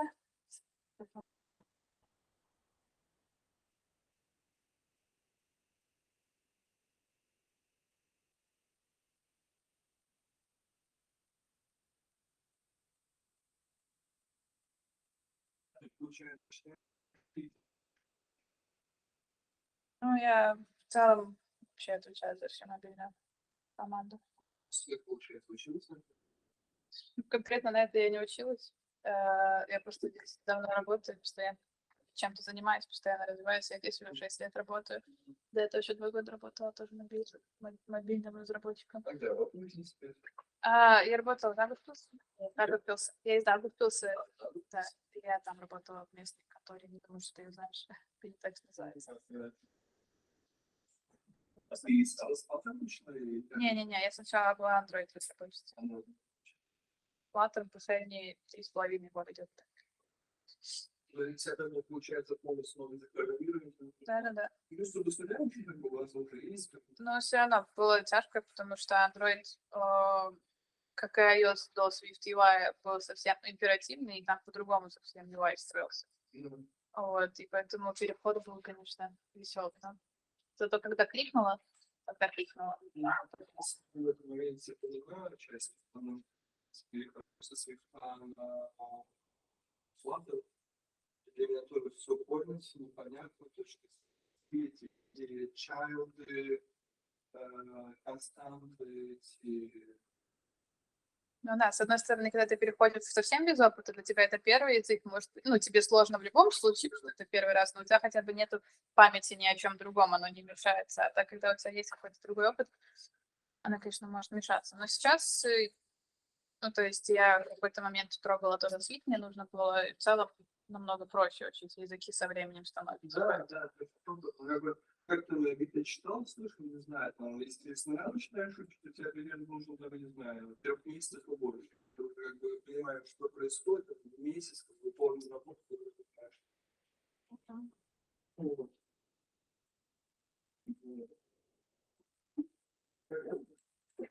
Ладно. Да. Спасибо тебе за урок. Да.